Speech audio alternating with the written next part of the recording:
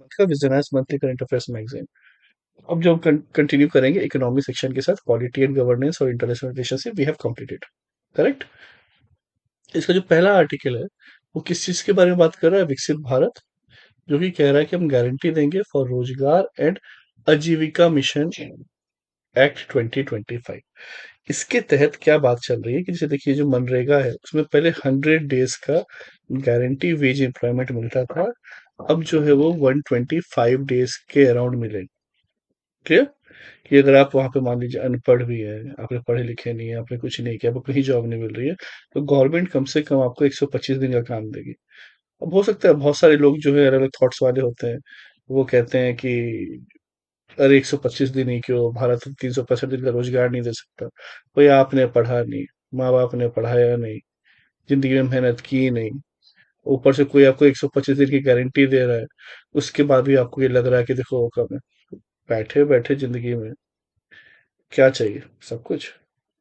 Not possible, है ना? तो जो जिन लोगों ने वही कुछ भी नहीं किया, चाहे कुछ इश्यूज के कारण या फिर जैसे भी हो, गारंटी है ना? आज के टाइम में आईटी रिसेशन आ जाए, चाहे कुछ भी हो जाए, कहाँ गारंटी है कि आपको 3 महीने का जॉब कोई ना कोई आईटी में मिल जाएगा, कहीं मिल जाएगा? है कि नहीं? तो ये अगर 125 दिन की गारंटी है, तो ये ही बात की जा रही है। इससे क्या होगा कि लाइवलीहुड सिक्योरिटी, कि भाई भूखे तो नहीं मरोगे। वैसे भी अनाज और बाकी चीजें 50 सालों से मिल रही है इस भारत देश में ना, बीपीएल के आप अगर लोअर हो, और अभी भी मिल रही है, तो आपके पास खान पान की चीजें हैं ही। अब जो है आपका मेडिकल इंश्योर्ड भी जो है आप कहीं ना कहीं हो गए हो साथ में ये चीजें। तो ये विकसित भारत 2047 की बात यहाँ पे की जा रही है। क्लियर? तो ये चीजें यहाँ पे है। कोई भी चीज आप पढ़ रहे हो इस तरीके का, 125 ही दिन, साल में 365 होते हैं, खुद से सवाल दागो खुद पे। उसके बाद फिर सोचो कि अच्छा ऐसा क्यों, जब से इंटरव्यू में पूछ दिया जाए तो ऐसे में क्या विकसित बन जाएंगे? 125 ही क्यों रखा गया है?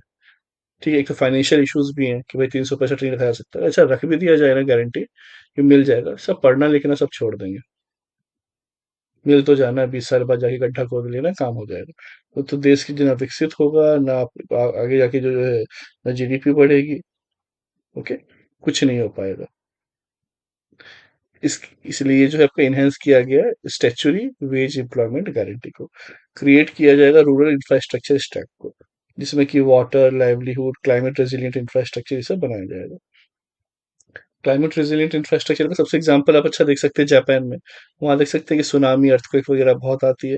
तो इस तरीके का है वहां पे इंफ्रास्ट्रक्चर की, अगर जल्दी तबाह भी हो गया तो फिर से रिबिल्ड कर लेते हैं।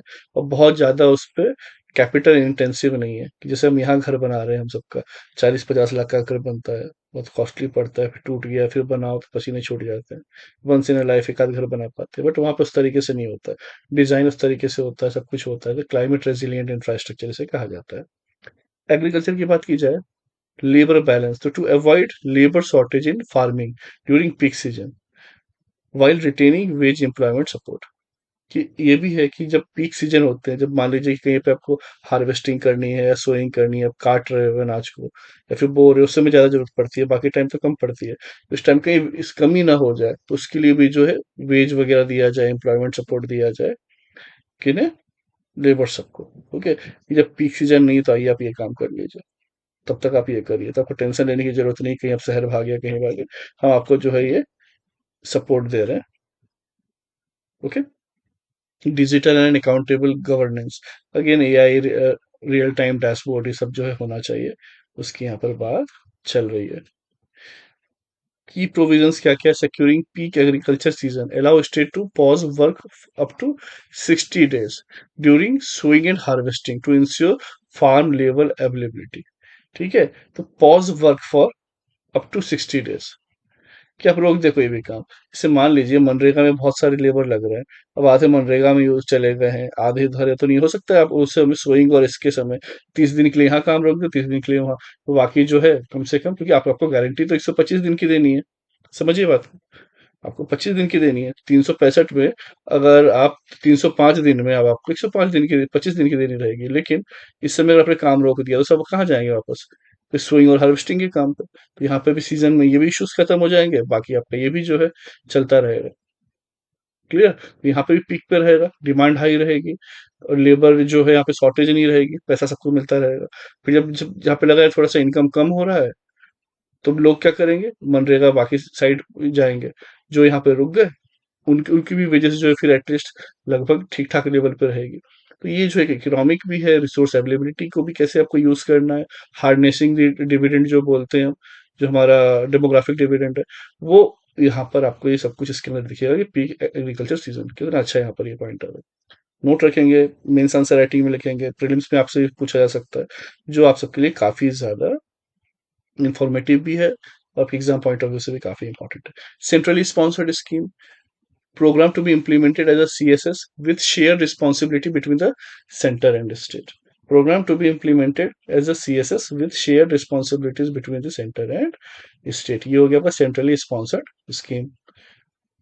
Normative allocation provides objective rule-based fund allocation to states with excess expenditure borne by states and equitable intra-state distribution mandated. यहाँ पे एक एलोकेशन दे दिया है कि भाई क्या कि rule based fund allocation state को दिया जाएगा, कि यहाँ पे विथ एक्सेसिव एक्सपेंडिचर जो है बॉन्ड बाय स्टेट, कि भाई जो स्टेट जो है एक्सेसिव जो भी एक्सपेंडिचर हो रहा है वो करेंगे, और इक्विटेबल इंटर स्टेट डिस्ट्रीब्यूशन, कि भाई जो बाकी जो है इंटर स्टेट, मान लीजिए सेंटर है, सेंटर ने एमपी को दिया, सेंटर ने कहीं दिया, वो बराबर एलोकेट वहां पे उस हिसाब से कर रहा है एक सो एंड सो रेशियो में, जिसे नॉर्मेटिव एलोकेशन कहा गया।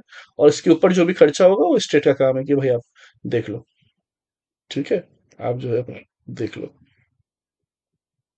वेज रेट स्पेसिफिकेशन की बात की जाए तो ऑथराइज किया गया सेंटर को कि मॉडिफाई कर सके वेज रेट्स को। इंस्टीट्यूशनल ओवरसाइट की बात की जाए तो सेंट्रल एंड स्टेट ग्रामीण रोजगार गारंटी काउंसिल जो है and steering committee for monitoring and policy guidance, जो मॉनिटरिंग और पॉलिसी गाइडेंस जो है उसे कहा गया इंस्टीट्यूशनल ओवरसाइट, कि आप जो ओवरऑल उसे देखें समझे किस तरीके से चल रहा है, उसके लिए गाइडलाइन निकाले तो पॉलिसी गाइडेंस, ये जो है आपका सेंट्रल एंड स्टेट ग्रामीण रोजगार गारंटी काउंसिल के द्वारा जो है ये देखा जाता है। क्लियर। अब हम बात करेंगे कि भाई पहले मनरेगा था, अब उसी को चेंज किया है विकसित भारत जी राम जी। ओके, तो यहाँ पे मेन जो है मनरेगा ही है, इस नाम जो इसका चेंज किया है, पहले 100 डेज था, इसे बढ़ा के 125 डेज किया गया। ठीक है, एम्प्लॉयमेंट पर रूरल हाउस होल्ड, तो जितने भी हाउस होल्ड है वहां पे लगभग 125 डेज का दिया जाएगा। 25 डेज बढ़ाना, ऐसा अच्छा खासा डेज जो है यहाँ पे आपको इंक्रीज दिखेगा। मनरेगा जो था multiple and scattered category of works with limited strategic focus, इसकी कमी थी कि स्ट्रेटेजिक फोकस कहाँ, वैसे मैं ही नॉर्मली बोल दिया गड्ढे खोदना है, कुछ स्ट्रेटेजिक फोकस समझ नहीं आता था। एक clearly defined priority across, focusing on water security पे पहले में ध्यान देना है, तो भाई जो गड्ढे खोद रहे हैं वो उसके लिए खोद रहे हैं। रूरल इंफ्रास्ट्रक्चर ऐसा ही होना चाहिए, लाइवलीहुड एंड क्लाइमेट रेजिलियंस होना चाहिए। फंडिंग की बात की जाए, centre bears unskilled wage cost, state bears unemployment allowance, तो अगर मान लीजिए कि उतने दिन तक नहीं दे पाए, 100 दिन तक, तो अनएम्प्लॉयमेंट अलाउंस मिलेगा। सेंटर जो था वो अनस्किल्ड वेज कॉस्ट को देखता था, कि जिन लोगों में कुछ नहीं है, पढ़े लिखे हैं, अनपढ़ हैं, मतलब टिपिकल गड्ढा खोद रहे हैं, जीवन जी रहे हैं। ओके, उसके बाद वो पता चला कि 365 दिन कर दिया तो बच्चे को भी नहीं पढ़ाएंगे, बोलेंगे यार जा तू 365 दिन गड्ढे खोद रहे हैं, कोई टेंशन ही नहीं है जीवन में, है कि नहीं, काय को तरह पढ़ लिखे होना, बीपी एंग्जाइटी ये करना, ये काम करते रहो, तो ये चीज जो है सही नहीं है। ऐसे में क्या होगा, री स्किलिंग नहीं होगी, इंसान जो है और अच्छे तरीके से रिसर्च नहीं करेंगे, कुछ नहीं करेंगे, तो शुरुआत तो हमसे ही होगी ना, उसके बाद बाकी चीजें आती है। State cost sharing for wages, मतलब हमें उम्मीद रहती है सब कुछ गवर्नमेंट करे, 365 दिन भी कर दे, फ्री एजुकेशन कर दे, सब कर दे, है कि नहीं। तो ये ऐसे में क्या, रुपये हमारे पास जो बाकी पैसे होते हैं वो कहीं और उड़ा रहे होते हैं, पब में जा रहे हैं, कुछ कर रहे हैं, टाइम पास कर रहे हैं। वो चीज है जहाँ पे सही जगह पे अगर सही 1 रुपए गए तो बहुत जो है एक ओवरऑल आपकी इकोनॉमी को भी आगे ले जाता है। स्टेट कॉस्ट शेयरिंग की अगर बात करें, वेजेस 60:40 है मोस्ट स्टेट्स के लिए, जैसे मान लीजिए एमपी, यूपी और राजस्थान से काइंड ऑफ जो बड़े स्टेट्स है, तो वो है। लेकिन कुछ जो स्पेशल कैटेगरी है ना, जैसे नॉर्थ ईस्ट हो गए, सेवन सिस्टर्स हो गए, ये सब, तो पे 90:10 है, कि 90% देगा सेंट्रल, 10% देगा स्टेट। आई बस सपोज 90-10, 60-40 याद रखेंगे, यहाँ पे 60% देगा सेंट्रल, 40% देगा स्टेट्स। प्लानिंग फ्रेमवर्क की बात की जाए तो ग्राम पंचायत जो है प्लानिंग सेंट्रल था, यहाँ पे integrates institutionalise convergence and infrastructure planning. इसमें था no explicit statutory, pause window नहीं था, यहाँ 60 दिन का दिया हुआ जो हमने बात की फाइनेंशियल ईयर में, है ना, when work will not be executed, वे तब नहीं करेंगे। क्यों नहीं करेंगे? ताकि पीक सीजन जब रहे एग्रीकल्चर वगैरह में, तब वहां पे लेबर की शॉर्टेज ना हो। ये सीधे आपके एजर्सन रीजन ये सब में आ सकता है ना? तो ये बहुत इंपॉर्टेंट है भाई, आपको +2 मार्क्स ऐसे लेके जाएगा। अगला आर्टिकल देखेंगे, parliamentary committee report on insolvency and bankruptcy code. बहुत इंपॉर्टेंट है, आईबीसी। बार बार हमने जो है लगभग हर 2-3 महीने पे एक बार आ ही जाता है। तो पार्लियामेंट्री स्टैंडिंग कमेटी जो है फाइनेंस पे, recently tabled its report tilted review of working of insolvency and bankruptcy code and emerging issues। अब बैंकरप्सी कोड की बात करें ना, तो ये लगभग आपको 10 साल पहले आया था। ठीक है, अराउंड ये 2016 के आसपास आया था। और इसने जो रैंक है भारत की, काफी अच्छी सिग्निफिकेंट इंप्रूव की, 136 से 52 के आसपास। पर फिर भी अब गवर्नमेंट कह रही है कि नहीं, करंटली ये और सिग्निफिकेंट सिस्टमेटिक हर्डल्स कर रहा है, तो हमें इसके बारे में से और बेहतर बनाने की जरूरत है। वरना आप खुश रह सकते हो और कहाँ से कहाँ रैंकिंग है, तो जरूरत ही नहीं सोचने की। तो ये एक इम्पॉर्टेंट है, कंटिन्यूस प्रोसेस है, कि आपको वहाँ पे कहीं और कमी लगती है कि चलो 8 साल हो गए, 10 साल हो गए, लेट्स रिवाइज क्या अच्छा हुआ है, क्या और अच्छा हो सकता है। तो ये यहाँ पे आपको दिखाई देगा कि इसलिए बिल आया, बैंक्रप्सी कोड बिल 2025। अगेन ये बिल है, बिल जैसे पास हो जाएगा ना, वो एक्ट बन जाएगा। जब एक्ट बनेगा कानून, तब हम उसे पढ़ेंगे कि यहाँ पे क्या होता है, बहुत सारी चीजों को माना जाएगा, बहुत सारी चीजों को नहीं माना जाएगा, और आखिरी में जब वो एक्ट बनेगा तो हमारे लिए ज्यादा इंपॉर्टेंट हो जाएगा। आई बात समझ में? इसलिए जब भी आप स्टडी करते हैं, इसी तरीके से आपको जो है यहाँ पर स्टडी करनी है, कि दिमाग में रहे, पता चल रहा है कि हम एक बार ये पढ़ के बैठ गए, अगली बार कुछ और हो गया, और उसको रटते जा रहे हैं। क्लियर? मेन जो चीजें थी, हमें रैंक में कितना सुधार हुआ है, ये हमें पता चल गया है। इससे जो है हमें ओवरऑल जो फायदा हुआ है। क्लियर? अब यहाँ पे हल्का सा देख सकते हैं हम कि liquidation in waterfall, order of priority, पहले इंसॉल्वेंसी, रिजोल्यूशन कॉस्ट, जो भी कॉस्ट आ रहा है वो, फिर वर्कमेंट ड्यू, सिक्योर्ड क्रेडिटर्स, कि मतलब मान लीजिए हमने कहीं पे पैसा जमा रखा है, भाई उनका पैसा जमा वापस करो, कि अगर कहीं कुछ ऐसे इश्यूज हो जाते हैं। फिर है एम्प्लॉय सैलरी, सैलरी देना। फिर अनसिक्योर्ड फाइनेंशियल क्रेडिटर, फिर उनको देना। फिर गवर्नमेंट ड्यू वगैरह है उसको वापस करना। फिर equity share holder, share holder सबसे आखिरी में आते हैं। मान लीजिए आप जो शेयर मार्केट में इक्विटी खरीदते हैं, आपने इक्विटी ले ली, आपके पास मान लीजिए 1,000 शेयर है, 10 लाख रुपए के, टोटल 10 लाख है, 1,000 शेयर आपके पास। ठीक है, एक शेयर 1,000 रुपए का है। कल हो के अगर एक शेयर 100 रुपए का हो गया, तो आपका जो है वो सीधे के सीधे 90% के आप लॉस में। पहले क्योंकि पैसा किसे दिया जाएगा, अब यहाँ से समझ में गए होंगे आप। रिजोल्यूशन कॉस्ट, कि इंसॉल्वेंसी को कैसे क्या कम किया जाए, ना किया जाए, उसकी कॉस्टिंग जो लग रही है। फिर वर्कमैन या फिर सिक्योर्ड क्रेडिटर्स, जो पे सिक्योर्ड क्रेडिटर्स है, जिन्होंने मान लीजिए बैंक में आपने एचडीएफसी का शेयर लेके रखा था, एक ने एचडीएफसी में फिक्स डिपॉजिट और ये रखा हुआ है, या यस बैंक का एग्जांपल ले लेते हैं। ठीक है, उनने वो रखा हुआ था कि भाई वहां पे जो है हमारा ये रहेगा, आपका फिक्स डिपॉजिट और रिकरिंग डिपॉजिट, तो पहले इनको देना है। फिर अगर एम्प्लॉय की सैलरी आ रही है, तो जो सैलरी है वो पहले वहां पे देनी है। फिर अनसिक्योर्ड फाइनेंशियल क्रेडिटर्स, जो उन्हें देना है। फिर गवर्नमेंट की कोई ड्यू बचे, गवर्नमेंट भी इस पॉइंट पे आ रही है, रिमेनिंग डेब्ट्स। आखिरी में इक्विटी शेयर होल्डर, कि भाई जब सब कुछ हो गया तो फिर आखिरी में से देना है। ये इसलिए काफी इंपॉर्टेंट हो जाता है, जो आप इक्विटी ले रहे हैं बड़ी हाई रिस्क होता है। भले हम बोल लेते हैं कि लार्ज बड़ी कंपनी का है तो जल्दी नहीं गिरेगा, कम होगा, वो चीज सही है। लेकिन ये सबसे ज्यादा होता है क्योंकि भाई आप वो बोल रहे हैं, कल हो के अगर ये 1,000 का शेयर 10,000 का हो जाता है, तो आपका 10 गुना पैसा भी हो जाएगा। तो जितना रिस्क उतना मुनाफा, ये जो है आपका उतने ही लॉस होने के चांसेस। तो समझ में आ गया होगा ये लिक्विडेशन वाटरफॉल एग्जैक्टली कहना क्या चाह रहा है। अब देखा जाए success and behaviour change due to IBC, क्या क्या हुआ है। जो चेंज आए हैं, देखिए वो एक्ट, जब एक्ट बन जाएगा तो हम देखेंगे, बट ओवरऑल जो बिहेवियर चेंज और क्या क्या आया है वो सब हम यहाँ पर देखते हैं। Resolve firms demonstration significant operational and financial turn around, जो कि अराउंड क्या कि सेल्स इंक्रीज हुआ है 76% से। समझ सकते हैं, बहुत अच्छा उछाल है in the 3 years following resolution and total asset growing by approximately 50%। मतलब आपका एसेट जो है, मान लीजिए आपका 100 करोड़ थे और 150 करोड़ हो गए, 76% जो है सेल्स में इंक्रीज आई है। तो कितना अच्छा आईबीसी के कारण आप देख सकते हैं, इंसॉल्वेंसी एंड बैंक कोड के कारण फायदा देखने मिला है। क्रेडिट कल्चर भी जो काफी बेहतर हुआ है। ओवर ड्यू जो है ड्रॉप हुआ है from a range of 248 to 344 days to 30 to 87 days। तो बहुत ड्रास्टिक इसमें भी चेंज आया है। सब याद रखेंगे, ये जो है आपके सीधे प्रीलिम्स में कोट करने आ सकता है। आपकी इकोनॉमिक के मेंस आंसर राइटिंग में भी यू कैन यूटिलाइज इट, अगर ऐसे इस तरह से रिलेटेड कुछ क्वेश्चंस आते हैं तो। लिक्विडिटी इंप्रूवमेंट की बात की जाए, 80% जो है लिक्विडिटी इंप्रूवमेंट हुआ है पोस्ट रेजोल्यूशन। बहुत बड़ी बात है। आप समझिए बात को, कि भी बैंक के पास क्या था, बैंक ने पास मान लीजिए 1,000 करोड़ रुपए थे। ठीक है, 1,000 करोड़ रुपए थे, जिसका 4% जो है, इन्होंने एग्जाम्पल लीजिए सीआरआर में दे दिया 4%, 40 करोड़ के आसपास। ठीक है, अब 960 करोड़ बचते हैं।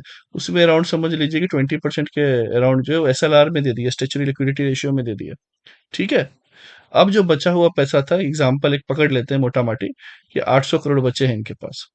ठीक है, अब इन्होंने क्या किया, 800 करोड़ का लोन घुमाया, मार्केट में लोन घुमाया। अब पता चल रहा है इस 800 करोड़ में 200 करोड़ जो है वो फंस गए वो पैसे। मतलब किसी ने लिया होगा मान लीजिए 2 महीने के लिए, अब वो जो है लगभग 1 साल तक वापस कर रहा है, नहीं कर रहा है, एवरेज की बात कर रहे हैं, वो पैसा फंस गया। वरना उस पैसे को फिर से रोटेट करते, फिर से रोटेट करते, वो चीज जो है नहीं हो पाई, जिसके कारण एक मेजर लॉस हो गया। बहुत बार पैसा जो है और हाथ में लिक्विडिटी नहीं रहेगी, तो इसका मतलब ये आप समझिए कि आपके पास अभी अकाउंट में 1 लाख रुपए है। ठीक है, आपने क्या किया कि बढ़िया एक लैपटॉप खरीद लिया, एक मोबाइल खरीद लिया, इधर उधर ईएमआई कर लिया, और आपके पास अब बचे हुए हैं सिर्फ 2,000 रुपये। सिर्फ 2,000 रुपये हाथ में, कोई भी इमरजेंसी किसी काम के लिए। लेकिन अब अगर कहें कि लिक्विडिटी ये चीज करने के बाद, क्योंकि तो फंसे हुए थे उसी ईएमआई और ये सब ट्रैप में, ये लिक्विडिटी बढ़ के 80% बढ़ गया, लगभग लगभग अब जो है आपके पास कितना पैसा हो गया, लगभग 3800। डिफरेंस पड़ा कि नहीं पड़ा? तो 2,000 से चोक फील कर रहे थे, कम से कम आपके हाथ में लिक्विडिटी, मतलब क्या हो गया, कैश जो आप तुरंत यूज कर सकते हो। आई बात समझो, जो आप तुरंत ये कर सकते हो। तो ये जो है काफी ज्यादा यहाँ पे इम्पैक्ट पड़ा है। अब हम कुछ हजार में बात करें, करोड़ों करोड़, 2,000 करोड़ का तो 3800 करोड़, इतना ज्यादा जो मेजर यहाँ पर ये आया है कि लिक्विडिटी बैंक के हाथ में जितना बढ़ेगी उतना ज्यादा लोन देगा, उतना ज्यादा सर्कुलेशन रहेगा आपकी इकोनॉमी में। इकोनॉमी जो है उतनी ज्यादा बूम करेगी, क्योंकि ये सही टाइम पे सही लोग के हाथ में पैसा रहेगा, तभी जो है आपका गुड्स एंड सर्विसेज जो है वो भी बढ़ेगा। इंडस्ट्रीज जो है अपना आउटपुट बढ़ाएगी कि नहीं, चलो अभी लोगों के हाथ में पैसा है, पैसा कहाँ से आ रहा है, अभी बैंक भी जो है पैसा दे रही है, लिक्विडिटी उसके पास है, तो है कि नहीं? अगर भाई आप ही सब जो है यहाँ पर हमें पैसा दे रहे हैं, तो हम जो है हमारे टीम में जितने लोग हैं उन्हें दे रहे हैं। अदरवाइज क्या होता, सब कुछ वहां पे रुक जाता। तो ये चीज जो है काफी इंपॉर्टेंट होती है मिनिमल सर्वाइवल के लिए भी।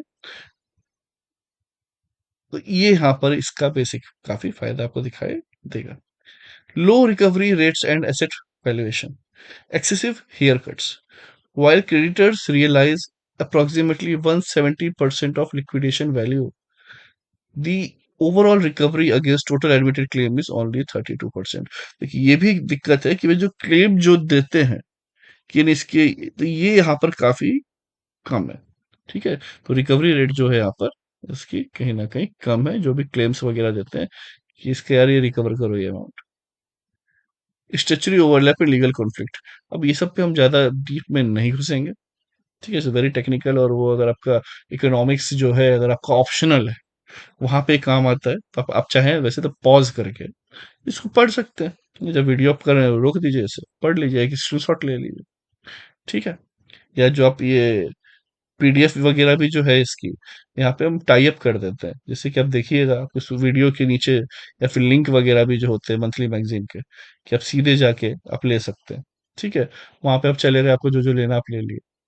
सॉफ्ट कॉपी चाहिए तो आप टेलीग्राम चैनल आप ज्वाइन कर सकते हो ना। आपको अगर इसका हर बार नोटिफिकेशन चाहिए, सब्सक्राइब कर ले, और जो आपको पर्सनलाइज्ड मैसेज है, जो वो बटन जो दिया रहता है ना, बेल बटन आइकन, उस पर ऑल पे क्लिक कर दे, भाई जितने भी काम ही लायक हम वीडियो अपलोड करते हैं, तो आप सबके पास हर बार नोटिफिकेशन है। वरना यूट्यूब क्या करता है, हर बार नोटिफिकेशन भेजता नहीं, क्योंकि आपने पर्सनलाइज्ड करके रखा है ना, कि ऑल। ओके, तो अपने हिसाब से फिर भेजता है, तो वो चीज़ ना हो। ये है, आपको हल्का फुल्का सब चीज़ों पर ध्यान देना है। क्लियर? अब कुछ रिकमेंडेशंस वगैरह आई हुई हैं कि उस रिकमेंडेशन के हिसाब से काम चलेगा। अब इस रिकमेंडेशन के बेसिस पे जो बिल है उसमें भी चेंजेस आएंगे, और फिर फाइनल एक्ट बनेगा। जो फाइनल बनेगा वो हमारे काम का, इसलिए हमने वो चीज़ नहीं देखी। तो आई बात समझ में? लॉजिक के साथ आपको चलना है, यहाँ पर बहुत ज़्यादा ज़रूरी है। भाई क्या क्या नहीं दिया है, आप पढ़ना चाहते हैं आप डेफिनेटली पॉज करके पढ़ लें। बट ये जो है ज्ञान की बातें हैं, क्या एग्जाम के लिए ज़रूरी है, वो ऑलरेडी वी हैव कवर्ड। चलेंगे आगे। IMF grading of India's national accounts data, तो जो है आपका इंडियाज नेशनल अकाउंट डेटा की अगर हम बात करें, International Monetary Fund assigned a grade of C to India's national accounts statistics, GDP, GVA, ये सब। तो क्या किया, ग्रेड सी दिया हुआ है नेशनल अकाउंट्स स्टैटिक्स पे, जब जीडीपी की बात करते हैं। और ये सब भी क्या है, अब देखिए, ग्रेड ए क्या है, very important, data is adequate for surveillance, क्योंकि सर्विलेंस के लिए डेटा एडिक्वेट, ये अगर मानिएगा तो ग्रेड ए होगा। ग्रेड बी, डेटा है some shortcoming but is broadly adequate, ठीक है, थोड़ी बहुत माइन्यूट कमी है लेकिन लगभग एडिक्वेट है। सी का मतलब क्या होता है, data is shortcoming that somehow hamper surveillance, मतलब कुछ कमी है डेटा में जो कि आपके मतलब सर्विलेंस पे शॉर्ट कमिंग कर सकता है, एग्जैक्ट आपको आने से रोक सकता है कि भाई एग्जैक्ट जो रिजल्ट है, तो इस पे रखा हुआ है भारत को। डी, डेटा है serious short coming that significantly hamper surveillance, तो ये चीज नहीं है, डेटा है हमारे पास लेकिन इतना बड़ा देश है, इतनी ज़्यादा डाइवर्सिटी है, इकोनॉमिक भी, फॉर्मल इनफॉर्मल वे में भी हम देखें तो काफ़ी अलग ये चैलेंजेस हैं। अब आज के टाइम में आप देख रहे हैं जीएसटी जैसे आ गया है और बाकी चीज़ें आई हैं, फॉर्मलाइजेशन तो हुआ है काफ़ी चीज़ों का, बट स्टिल अभी भी काफ़ी चीज़ें जो हैं आउट ऑफ जीएसटी एम्बिट है। और ताकि आपको पता नहीं चलेगा, आप कहीं गोलगप्पा खाने जा रहे हैं, वही कमा रहे हो तो 2,000 3,000 रुपये महीना, पर इससे जो है ये चीज़ें नहीं हो पाएँगी, है कि नहीं? तो इसके कारण जो है ये सब चीज़ें रहती हैं कि भाई वो भी कमा रहा है, हम भी देखते हैं यार ये जो है रोल खिला रहा है, बढ़िया वेज रोल, एग रोल, ये भी इतना कमा रहा होगा ठेले पे, पर एक्चुअली में वो टैक्स के एम्बिट में भी होते हैं, बट उतनी क्लैरिटी नहीं आ पाती है। तो इसीलिए हल्का कहीं न कहीं ये सब चीज़ें आपको दिखाई देंगी कि बाकी जो एमएनसीज़ हैं, जो बड़ी कंपनी है, जो एमएसएमईज़ हैं, वो जो स्टार्टअप इंडिया के अंदर रजिस्टर्ड हैं, जो बिज़नेसेस कर रहे हैं अब जीएसटी के थ्रू, तो वो सबका तो एक फॉर्मल डेटा आ ही गया है। लेकिन कहीं न कहीं जो है तो ये शॉर्टकमिंग क्यों है, मैंने बताया ये सब जो कर रहे हैं, इसी कारण ये है। इसी कारण एक हैम्पर होता है एक ओवरऑल सर्विलेंस, शॉर्टकमिंग्स के कारण समव्हाट हैम्पर, बट ऐसा नहीं है कि सिग्निफिकेंट हैम्पर हो, तो हम सी ग्रेड में यहाँ पर है। आई बात समझ में? एबीसीडी में यहाँ पर सी है। और इतने बड़े देश में ये ऑब्वियसली होता भी है कि इस तरीके से चीजें हो सके। तो धीरे धीरे जो हम और ज्यादा फॉर्मल होते चले जाएंगे तो ये भी आपको कम होते हुए दिखेगा कि सी से बी की तरफ हम बढ़ रहे हैं। Consumer price index, external sector money, monetary financial statics received अभी। अदर इंडिकेटर्स जो है, कंज्यूमर प्राइस इंडेक्स की हम बात करते हैं तो उसको बी दिया गया है, ठीक है, हल्का फुल्का है बट ब्रॉडली एडिक्वेट है। External sector monetary financial statics देख सकते हैं हम, अब आजकल हम यूपीआई यूज कर रहे हैं, सब कुछ कर रहे हैं, है ही लगभग सब कुछ क्लैरिटी, क्या चल रहा है नहीं चल रहा है कैसे। तो वो उसके लिए जो है यहाँ पे हम एटीएम्स यूज करते हैं, हम हर तरीके से जो है यहाँ पर एडवांस है। या कि स्टैटिकल आर्किटेक्चर में क्या क्या इश्यूज हैं एज पर आईएमएफ। अब देखिए ये बात समझने वाली है कि India GDP is currently anchored to 2011 and 12 base year. जब भी हम जीडीपी को हमारे कैलकुलेट करते हैं, हम बेस ईयर क्या लेके चल रहे हैं अभी, 2011-12। अब यहाँ पे इंपॉर्टेंट फैक्टर ये है कि लगभग जो है 13 से 14 साल ओल्ड स्ट्रक्चर है कि नहीं।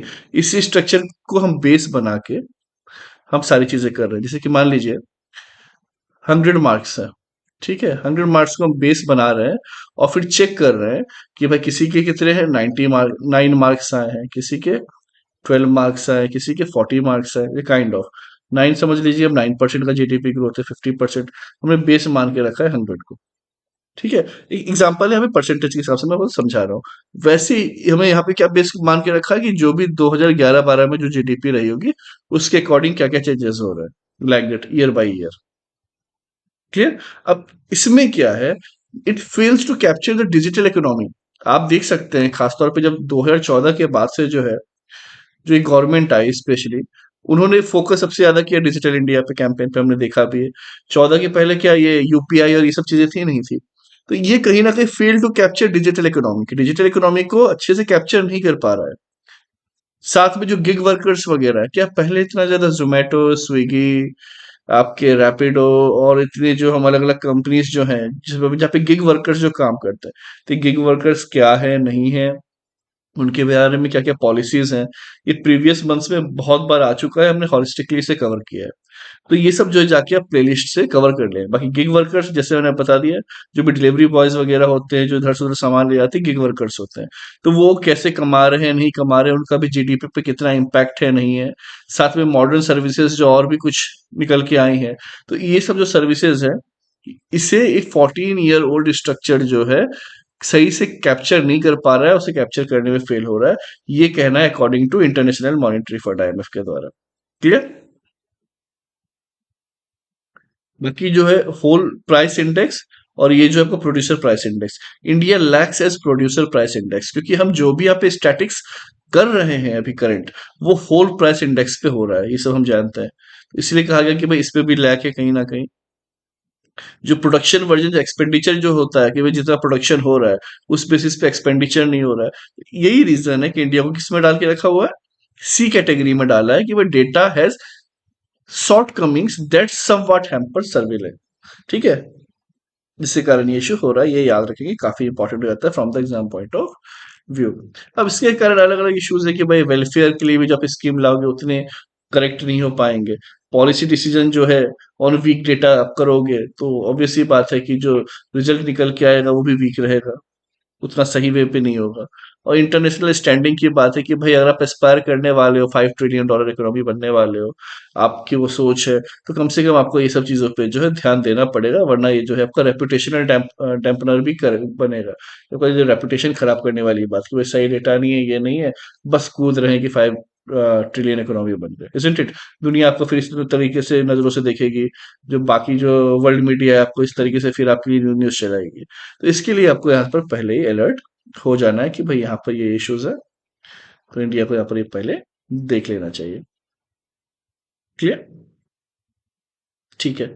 अभी रिफॉर्म्स चाहिए, बाकी चीजें, टेक इंटीग्रेशन होना चाहिए, जैसे big data, GSTN data, digital payment data, ये सब का इंटीग्रेशन, टेक इंटीग्रेशन होने चाहिए, और सर्वेज वगैरह भी होनी चाहिए कि कैसे क्या इसे बेटर किया जा सके। रिसेंट जो है यहाँ पे मेजर रिफॉर्म्स वगैरह लिए गए मॉस्पी के द्वारा, क्या क्या लिए गए कि India is updating the base year, जो कि 11-12 से 22-23 किया जा रहा है।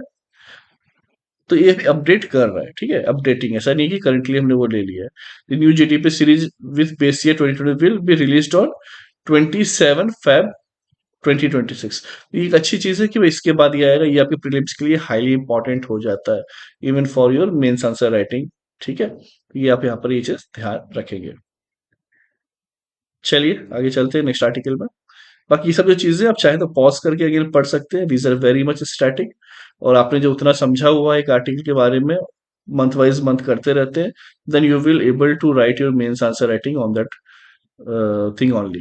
आप उसी पे जो है यहाँ पे सब कुछ वहां पर लिख पाएंगे, क्योंकि अब हम जो है यहाँ पर इकोनॉमिक्स का स्टैटिक भी डेफिनेटली कवर करते हैं, है कि नहीं? तो इसीलिए यहाँ पर आपके लिए जो स्टैटिक पोर्शन है वो तो इम्पोर्टेंट हो ही जाता है। आप उसी से मिला जुला जो है, क्योंकि ये सब अगर न्यूज रहती है तो इस पे पूछ दिया जाता है, तो फिर समझ में कभी कभी नहीं आता कि कहाँ से आएगा कहाँ से नहीं आएगा। इसलिए करंट अफेयर जो रिलेवेंट हो जाते हैं, कि एकदम से कहीं दफन क्वेश्चन जनरली नहीं पूछते, कि कहीं ना कहीं वो न्यूज में रहेगा, तो वो आपसे वो चीज पूछ देगा। ठीक है। अब दी आई एम कंक्लूजन क्या है, the IMF C grade should be viewed not as a vote of no confidence in India's growth story, but as a technical wake up call. कि इससे ये नहीं है कि ग्रोथ स्टोरी में लाइक आईएमएफ को भरोसा नहीं, आईएमएफ तो बार बार बोलता है कि इंडिया जो इतना ग्रोथ करेगा, ये करेगा, वो करेगा, वो कर रहा है, लेकिन इसे as a technical wake up call लेना पड़ेगा, कि अगर अभी भी नहीं समझे तो कल होके जो है कि रेपुटेशन भी डाउन होगी, और कहीं ना कहीं कोशिश करनी होगी इंडिया को, और मॉस्पी को जो स्टैटिक्स के बेस पे सारे काम करता है, कि अपग्रेड किया जा सके इंडिया के डेटा क्रेडिबिलिटी को सी से ए। अब बी ही कर लीजिए, लगभग लगभग आप सही वे में हो जाते हैं, लेकिन सी जो है, सी से बी फिर बी टू ए करने की यहाँ पर बात की गई है। ठीक है, इंस्टीट्यूट ऑफ ये लड़ने की कि ये सही है ये गलत है, कैसे क्या किया जाए, उस रोड मैप पे बात किया जा सके। आईएमएफ अगेन 1944 में है, स्पेशलाइज्ड एजेंसी है यूनाइटेड नेशन की, ब्रिटेन वुड्स कॉन्फ्रेंस यूएसए वहां पे फाउंड किया गया था। मैंडेट की बात की जाए तो ये जो इंश्योर ग्लोबल मॉनेटरी स्टेबिलिटी बनी रहे पूरी दुनिया में। आपने देखा होगा कैसे बेल आउट दिया है अभी पाकिस्तान को कितने बार ना जाने। अच्छा, भारत ने, आईएमएफ ने भारत को कब दिया है लास्ट टाइम असिस्टेंस, वो बताइए आप कमेंट सेक्शन में।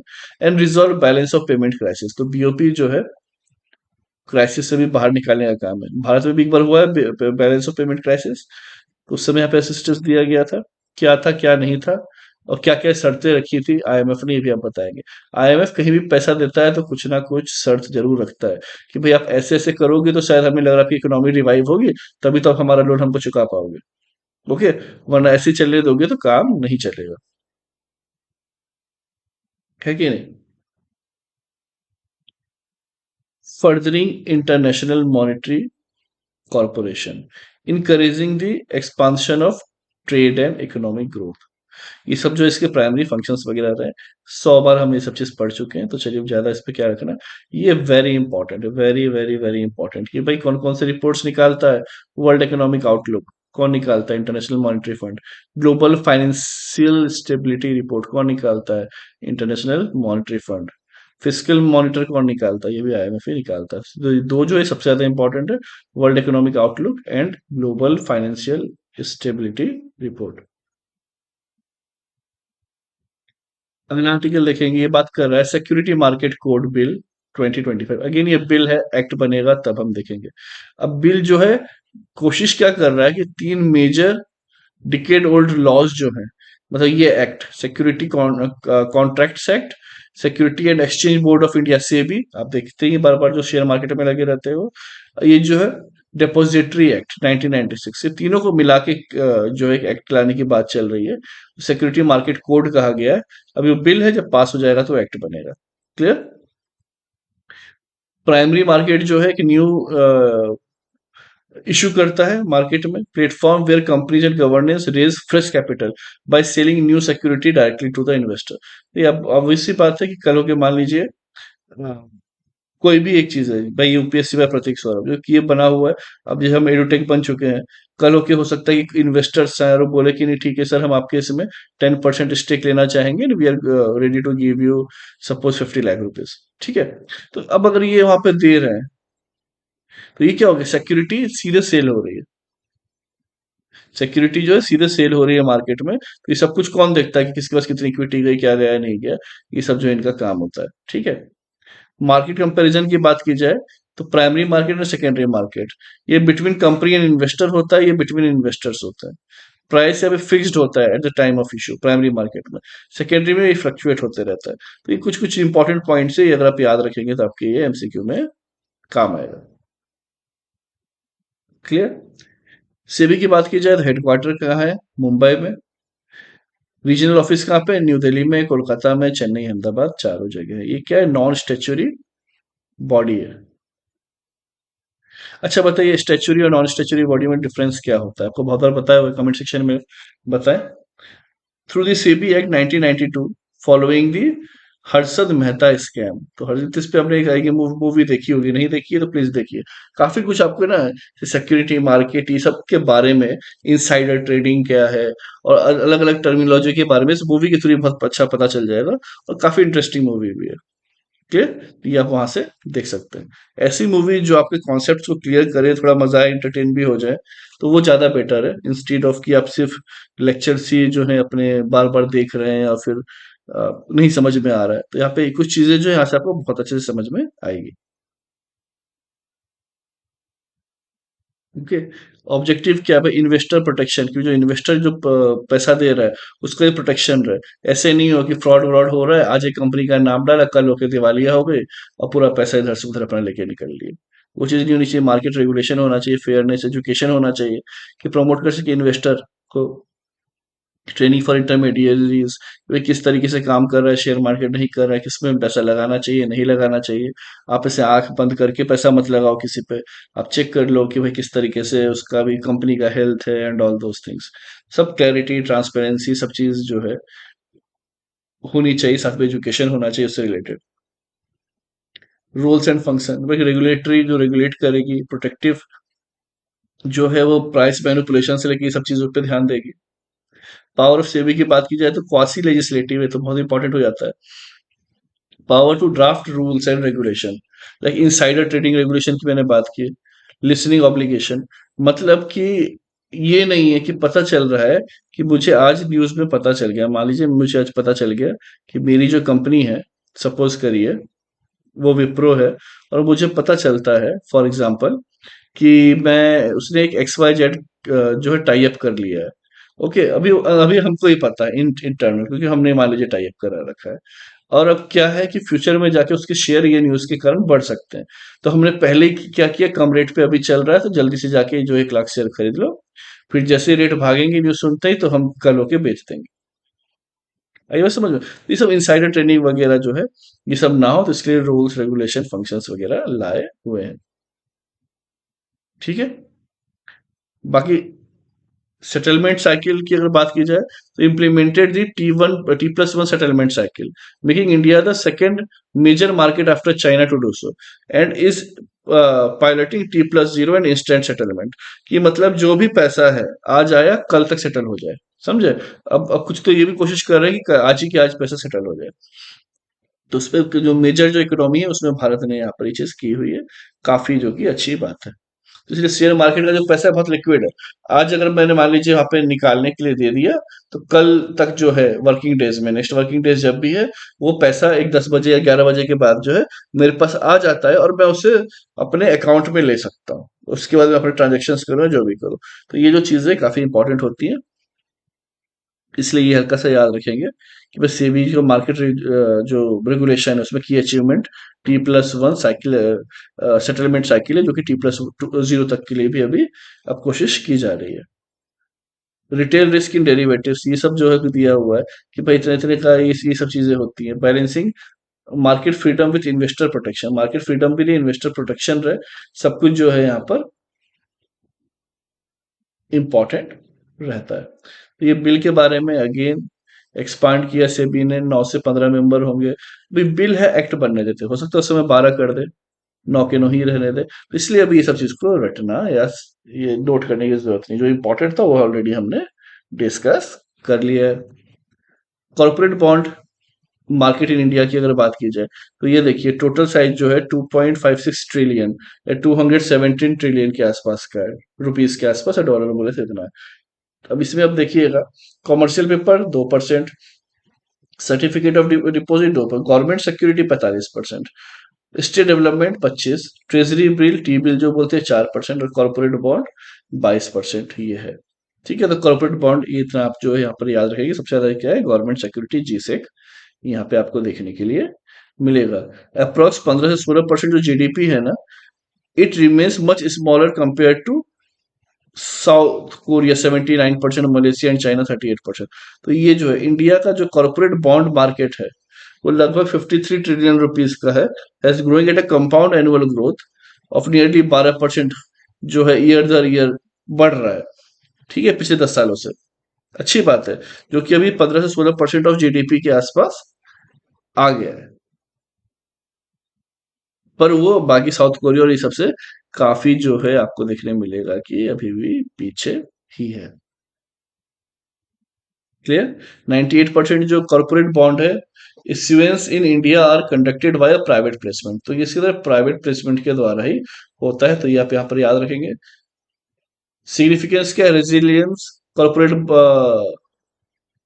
बॉन्ड मार्केट फॉर इंडिया का, कि रिड्यूसिंग बैंक डिपेंडेंस। तो ये जो बैंक डिपेंडेंस को क्या करेगा, रिड्यूस करेगा, लॉन्ग टर्म फाइनेंसिंग करेगा, मॉनेटरी पॉलिसी ट्रांसमिशन करेगा, रिस्क ट्रांसफर मैकेनिज्म जो है, ये सब भी जो होंगे यहाँ पर, कि deeper market support, the development of risk mitigation tool such as credit default swaps, bond insurance, scrutinization, ये सब के थ्रू जो है यहाँ पर रिस्क ट्रांसफर मैकेनिज्म जो है उस पर वर्क करेगा। ठीक है।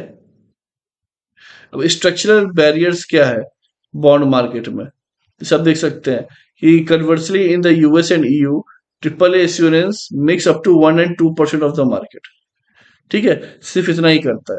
The Indian market is heavily skew towards top rated issuer, like जो ट्रिपल ए है, डबल ए बॉन्ड्स है, उन्हीं का 94% के आसपास है। यहाँ पे वो चीजें नहीं दिखाई दे रही है। ओके, आई बात समझ में? तो भाई सबका ये जो है अपने अपने कंसर्न्स आपको देखने के लिए मिलेंगे। चलिए, अब आरबीआई की अगर बात की जाए, तो रिटेल डायरेक्ट प्लेटफॉर्म जो है 2021 allow investors to invest in government security like bond and treasury bills. तो यहाँ पर जो है अलाउ करता है रिटेल डायरेक्ट प्लेटफॉर्म की अगर हम बात करें तो। बाकी कॉर्पोरेट डेब्ट मार्केट डेवलपमेंट फंड, ये जो अल्टरनेटिव फंड है, AIF, under SEBI to provide emergency liquidity towards financial volatility. तो फाइनेंशियल वॉलिटिलिटी के जो आपके इसमें आपका क्या है, ये अल्टरनेट इन्वेस्टमेंट फंड, ठीक है, जो कि सेबी के अंडर में आता है। फेज वन की बात की जाए तो 102 साल, 204 साल, 4 से 6 साल, इस तरीके से है। NITI Aayog recommended 3 phase reform, इसमें की जो है फोकस ऑन स्ट्रीमिंग रेगुलेशन, ये सब जो है इसके अंदर आ जाएगा। सेकंड में जो IBC waterfall mechanism, increasing judicial capacity eight NCLT, ठीक है, तो जुडिशियल कैपेसिटी जो यहाँ पर पड़ता है, and establishing a unified market development task force, तो ये जो है फेज टू में रहेगा। फेज थ्री में जो है transitioning towards a fully integrated ecosystem. Okay, तो ये इस पे आपको यहाँ ये देखने मिलेगा। बाकी इंडिया जो है can become a key driver of India sustainable and infrastructure led towards $30 trillion economy by 2047। देखिए, अभी 5 नहीं है, लेकिन $30 ट्रिलियन के आसपास जो भारत आजाद होगा, $30 ट्रिलियन के आसपास की इकोनॉमी, आजाद के मतलब 100 साल हो चुके होंगे, $30 ट्रिलियन के आसपास जो है इकोनॉमी होगी। Clear? Reserve bank of India, तो ये सब भी जो आपसे पूछा जा सकता है, क्या टारगेट है, क्या उम्मीद है 2047 तक, तो आप बता सकते हैं कि अराउंड $30 ट्रिलियन का है। तो reserve bank of India has launched a new national strategy for financial inclusion, और 5 ईयर प्लान यहाँ पे जो है बेसिकली लाया हुआ है, जिसमें कि F I I has risen steadily to 67.0, तो ये जो यहाँ पे कंटिन्यूअसली बढ़ते हुए यहाँ पर दिखाया गया है। Account ownership. Global Findex 2025 highlights that account ownership in India has reached to 89%। 2024 में 2011 के बनिस्पत देखा जाए तो ये जो है ग्लोबल फिंडेक्स है। डिजिटल ट्रांसमिशन, तो RBI digital payment index surged 493 up from 153 इन मार्च 2019, तो ये जो है यहाँ पर आपको देखने मिलेगा, काफी ज्यादा सर्ज हुआ है।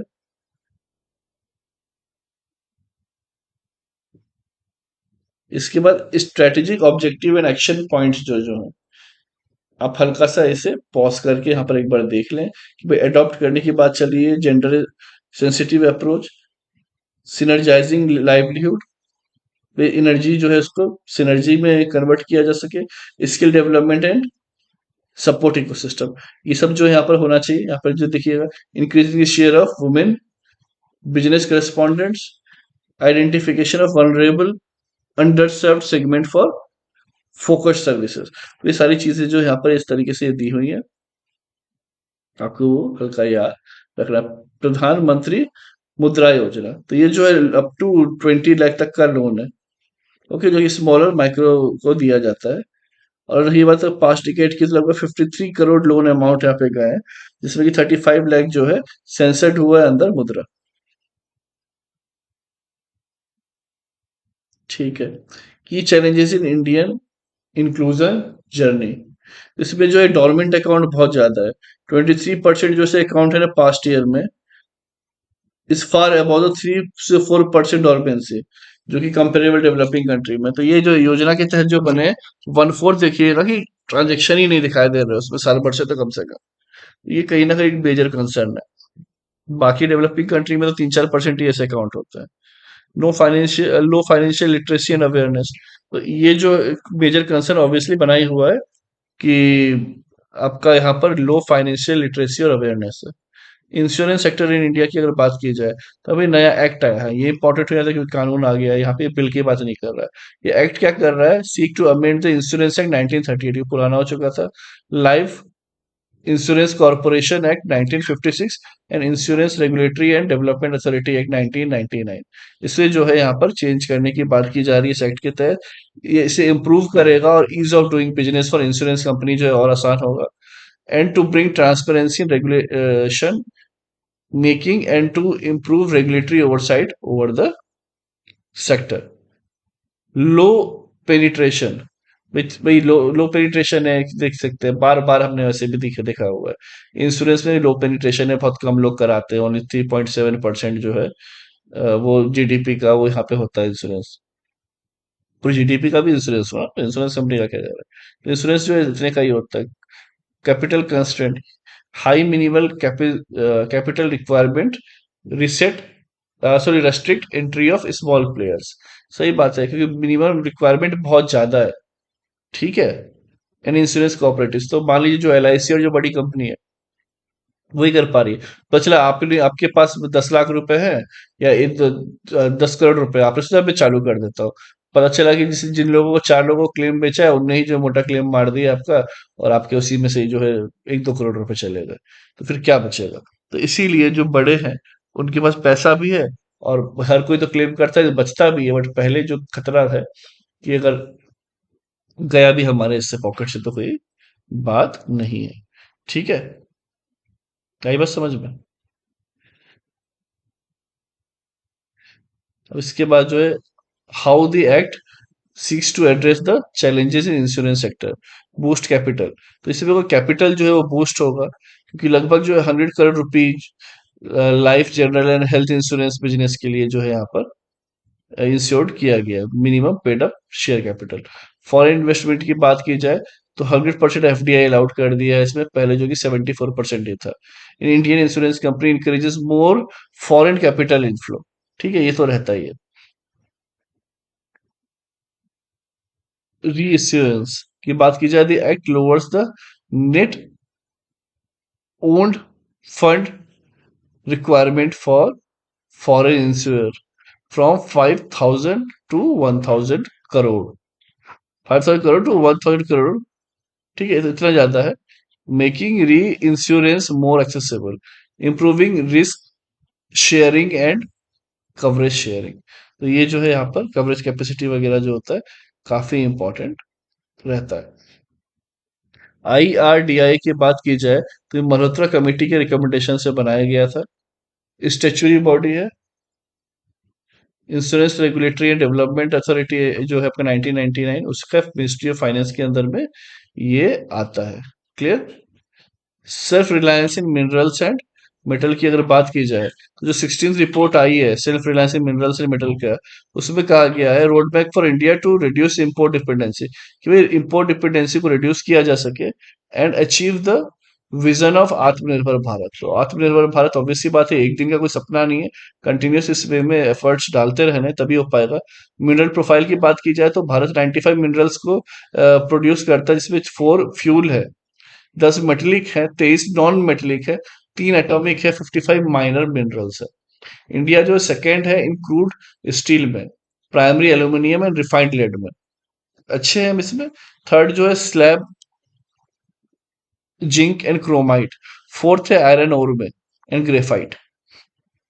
ठीक है, as per world mineral report 18 से 22 चलेगा। During the year 23-24 the private sector contributed 61% of the total value of production. तो जितना भी होता है उसका 61% जो है कौन करता है? ये प्राइवेट प्रोडक्शंस करते हैं। तो यहाँ याद रखेंगे कि mining sector contributes around 2% of India GDP, सिर्फ 2% ही करती है, सिग्निफिकेंटली लोअर देन ऑस्ट्रेलिया में 12%, कनाडा 6%, ये सब जो चीजें आपको देखने मिलेगी। High self sufficiency, India is self sufficient और near self sufficient in iron और chromite, limestone, bauxite, limestone and sillimanite. तो अब इसमें जो है इंपोर्ट डिपेंडेंस की बात की जाए तो क्रिटिकल मिनरल, इंडिया जो है 100% डिपेंडेंट है इंपोर्ट के, लिथियम, कोबाल्ट, निकेल, नोबियम और गैलियम। ठीक है, तो बहुत ज्यादा ही दिक्कत है। सब्सटेंशियल रिलीज जो है यहाँ पर क्या है, scientific significant import are required for rock phosphate. ठीक है, जो कि 15% सेल्फ सफिशियंट है। मैग्नीज, इसके बाद मैग्नीज और रिफाइंड में अगर बात की जाए कॉपर की, तो India currently has 40% import resilience. वो 40% है। The commission of new plant like Kutch corporate limited is expected to boost self resilience. ठीक है, अपने आप पे जो भरोसा है वो इतना है, बाद में आपका और वो बढ़ेगा। क्रिटिकल मिनरल्स वही होते हैं जिसके बहुत बार हम देख चुके हैं कि बहुत जो क्रिटिकल काम है, जैसे कि आपका EV, ठीक है, आपका जो सोलर लाइट्स है, बहुत सारी चीजें वहां से इम्पैक्ट कर जाएंगी। तो ये जो है new plants like Kutch copper limited is expected to boost self reliance. तो ये जो चीजें यहाँ पर रहेंगी। Challenges in achieving self sufficiency, ये जो रेगुलेटरी डिटेल्स है, इनएडिक्वेट प्रोसेस है, जोग्राफिकल कंसंट्रेशन है, टेक्निकल जो है आपका गैप है, आपका टेक्नोलॉजी गैप है, इंफॉर्मेशनल कोलेब्रेशन जो है उतना नहीं सही है। इसकी वजह ऑपरेशनल डिले जो होते हैं वो होते ही होते हैं।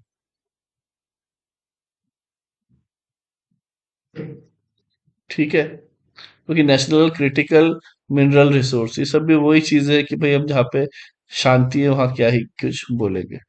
ऑफशोर माइनिंग जो है, ये जो was amended in 2023 to introduce auction the first tranche of 13 offshore blocks, including polymetals models and construction sand, was launched in 2024।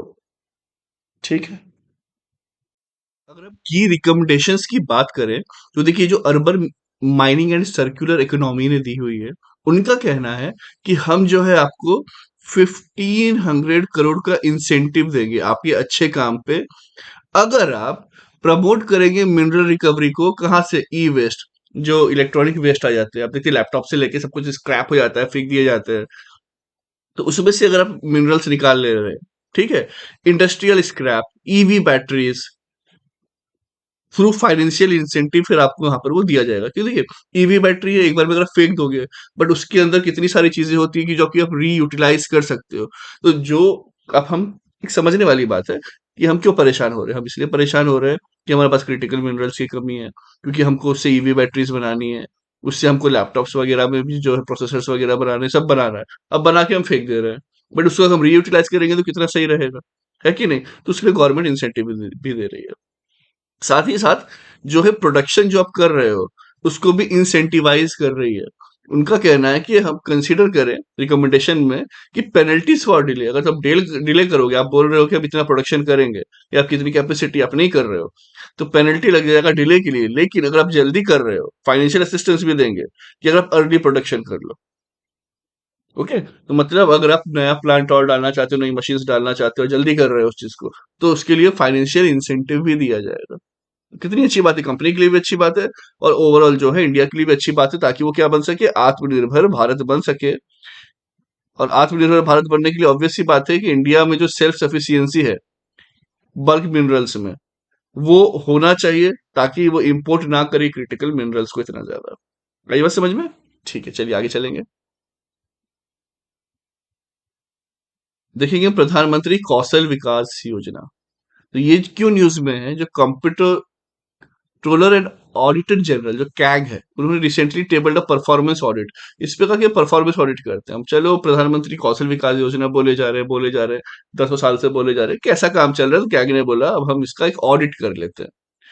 Parliament titled skill development under प्रधानमंत्री कौशल विकास योजना। तो report flag serious data integrity labs. यहाँ पे कह रहे हैं serious data integrity labs है, infrastructure gap है and low placement rate in the scheme.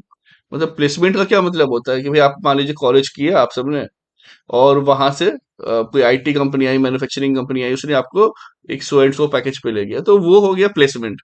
अब जब ये कर रहे हो आप डिग्री करने के बाद भी, अगर आप कौशल विकास योजना से जुड़ रहे हो या उसके पहले भी जुड़ रहे हो as per the relevant choice, तो उसके बाद भी जो प्लेसमेंट रेट है वो कम है। इंफ्रास्ट्रक्चर गैप अभी भी जितना होना चाहिए उतना नहीं है। जिसमें ना दसों साल से जो हम बात कर रहे हैं। क्यों ऐसा कहा? क्योंकि भाई 2015 में ही लॉन्च कर दिया गया था ministry of skill development and entrepreneurship. ठीक है, एमएसडीई के द्वारा ministry of skills development and entrepreneurship ने किया हुआ था और लॉन्च किया, बट उसको अप्लाई इम्प्लीमेंट किसी ने किया, तो वो था नेशनल स्किल्स डेवलपमेंट कॉर्पोरेशन। तो ये थोड़ा सा याद रखें कि ठीक है, एक ने तो बोल दिया और एक ने क्या है, लॉन्च किया। ओके, बोलते हैं ना कि पापा सब आते हैं और बोल देते हैं भाई उन्हें क्या स्कीम ले आई, लॉन्च किया, अब से जो है घर में सिर्फ हेल्दी खाने ही बनेंगे, कोई चाउमीन कोई मैगी नहीं, सब खराब है बच्चों के लिए। ठीक है, अब इम्प्लीमेंटिंग एजेंसी कौन है? वही मम्मी है।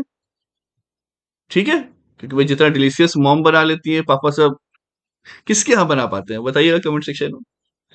तो एम जो है to encourage and promote skill development in India. ठीक है, तो इनकरेज करेगा प्रमोट करेगा स्किल डेवलपमेंट इन इंडिया, इसका जो मेन ये था ऑब्जेक्टिव्स। ये सब देखिए हमें ऑलरेडी पता है क्या क्या है, क्योंकि बहुत बार पढ़ चुके हैं। लेकिन हाँ, अचीवमेंट की बात की जाए तो लगभग 1.6 करोड़ यूथ को यहाँ पर ट्रेन किया गया नेशन वाइज। तो बहुत बड़ी बात होती है कि जो ऑलरेडी एजुकेटेड थे, आपने उनको और ट्रेन करके किया है 1.6 crore.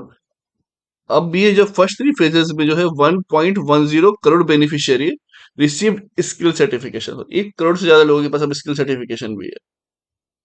Okay, but only 41% candidate certified under short term training and special project component secured work, उतनों को ही मिला है। बट ये भी बड़ी बात है, छोटा नहीं है। हर 100 में से अगर 40 लोगों को, अगर मेरे हिसाब से देखा जाए, या आप सब भी बताइए कि आज हम जाते हैं एक सीट के लिए 100 लोग कम से कम compete कर रहे होते हैं। और अगर कोई भी काम हो, ठीक है, beat railway, beat class D, आपने देखा है क्लास डी के लिए भी इंजीनियर से कुछ पीएचडी और ये सब भी भर रहे होते हैं। तो उस हिसाब से ठीक है, बट हाँ, गवर्नमेंट का एम्बिशन अच्छा है और इसे बढ़ाना चाहे तो दैट इज वेरी गुड। वो होना ही चाहिए कि भाई हमारी हर जगह 100% हो, 90-99 हो, एक आध चलो अपवाद रह जाते हैं। तो ठीक है, बट ये 40% है, तो मुझे तो लगा था कि ये रिपोर्ट आई है तो काफी कम होगा, 10-20%। But seems to be fine currently, but इसे इससे और अच्छा किया जाएगा। प्लेसमेंट का वही मतलब होता है कि मान लीजिए आपकी ब्रांच में, आपके कॉलेज में 120 बच्चे हैं। अब 120 में से अगर 50 को मिल गया प्लेसमेंट, तो आप खराब नहीं बोलोगे उसे, लो जरूर बोल दोगे, ठीक है जो लिखा है लो प्लेसमेंट रेट, बढ़िया है कि इतने लोगों को तो मिला ना। ऐसा नहीं है कि 5-7 लोगों को ही मिला है, so kind of. Data integrity labs की अगर बात की जाए, bank details for 94.54% of participants were entered as zero, null or left blank. ठीक है, तो ये भी इश्यू है। डेटा इंटीग्रिटी जो है बैंक अकाउंट का, इनवैलिड एंट्रीज है इस तरीके से, abc@gmail.com, मोबाइल नंबर 1111। तो ऐसे करने से मतलब कहीं ना कहीं ये भी आ रहा है ना कि आप कितना कर रहे हो क्या नहीं कर रहे हो, एक फॉल्स क्लेम भी हो सकता है। तो बहुत सारी चीजें यहाँ पे निकल के आ रही है। ट्रेंड किया भी है कि नहीं किया है, बस ऐसे ही कागज ही निकाल के रख दिया कितने लोगों को हमने ये दिया है वो दिया है। क्योंकि गवर्नमेंट क्या कर रही है, खुद डायरेक्ट नहीं कर रही, जो इंस्टीट्यूशन है, जो प्राइवेट में भी है, जो आप देखते होंगे पीजीडीसी ये सब करवाते हैं कंप्यूटर लैब वाले, वो सबसे भी टाई अप कर रहे हैं। तो वो होता है कि ज्यादा से ज्यादा सर्टिफिकेशन देते चले जाओ ऐसे ही। तो ये सब जो है चीजें इम्पैक्ट भी कर रही है, वायलेशन ऑफ, कि भाई गवर्नमेंट जो है अगर एक भी स्टूडेंट पास हुआ तो उनको अगर मान लो 10,000 रुपए दे दे रही है या 20,000 रुपए दे दे रही है, जो भी अमाउंट दे रही है। आपको अगर पता है इसके बारे में थोड़ा कमेंट में बताइए कितना क्या मिल रहा है। तो इसके कारण क्या हो रहा है, लोग ज्यादा से ज्यादा अभी पता चल रहा है कि कोई नहीं भी है तो उसको भी उसके नाम पे सर्टिफिकेट बना के पैसा उठा रहा है।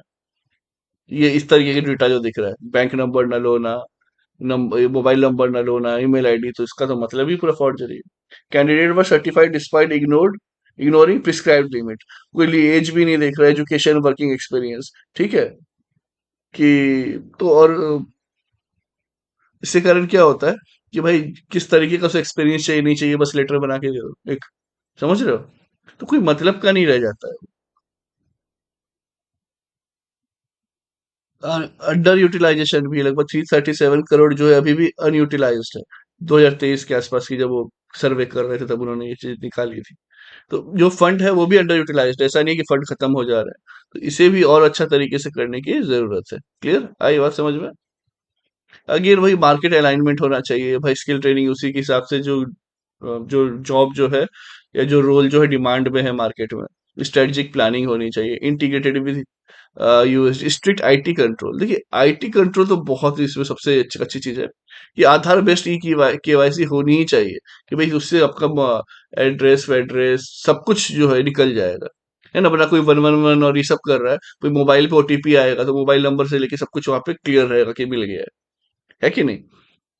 तो ये बहुत जरूरी है, enhanced monitoring data retention policy पर और अच्छे तरीके से यहाँ पे वर्क करने की जरूरत है। अब डेटा रिटेंशन होता क्या है, मतलब मान लीजिए मेरा नाम, ठीक है, आपने पूरा नाम जो सेव कर दिया प्रतीक सौरभ, इसके बाद जो है आपने पूरा एड्रेस ले लिया, सब ले लिया, मेरा पासपोर्ट नंबर ले लिया, सारे जितने डिटेल्स से आपको लेना था भाई, कहाँ है कि कौन से स्कूल से पढ़े हो, स्टेट बोर्ड है सीबीएसई है, सब आपने सारी डिटेल्स ले ली।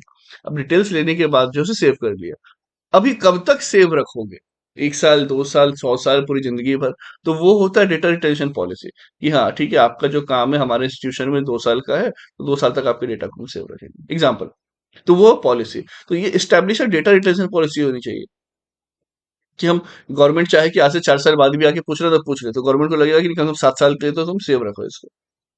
ठीक है, हम आपसे पूछ सकते हैं कि पिछले 7 साल में आपने कितने लोगों को पढ़ाया है और सर्टिफिकेशन दी है।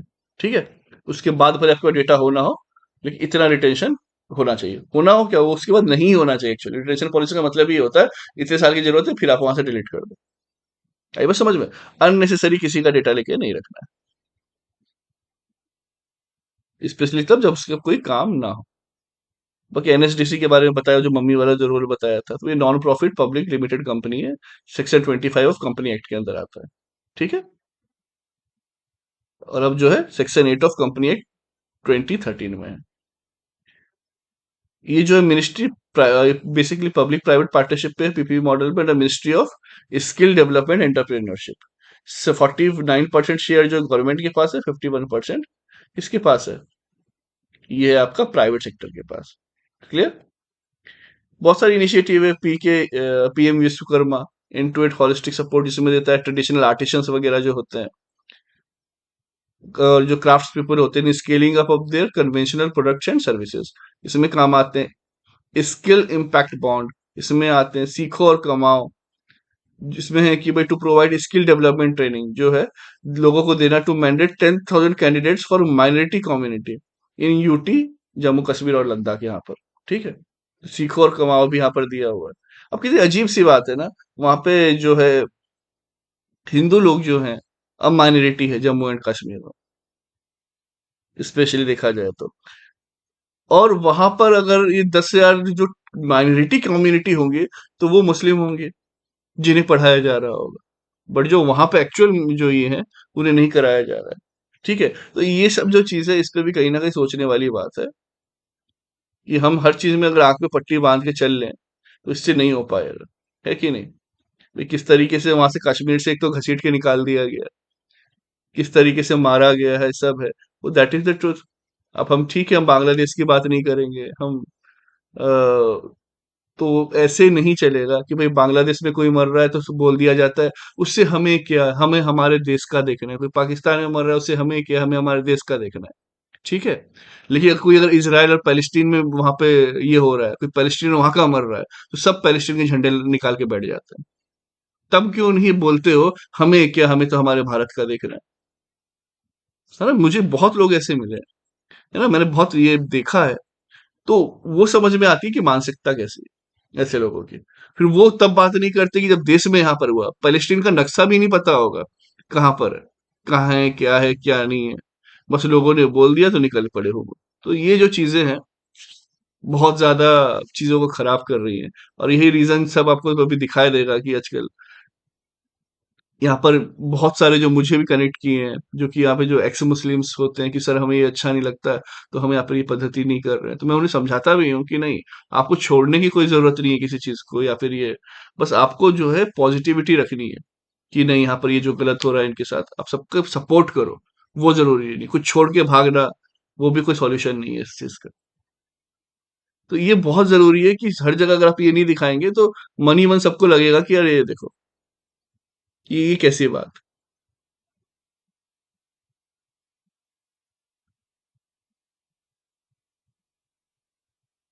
प्रधानमंत्री ग्राम सड़क योजना, पीएमजीएसवाई, प्रधानमंत्री ग्राम सड़क योजना। ठीक है, एक होता है आपका नेशनल हाईवे, स्टेट हाईवे, ये कौन सी बात कर रहा है, ग्राम सड़क योजना की। ओके, तो वैसा नहीं है कि भाई ध्यान सिर्फ उधर ही है, ध्यान हर जगह दिया गया है।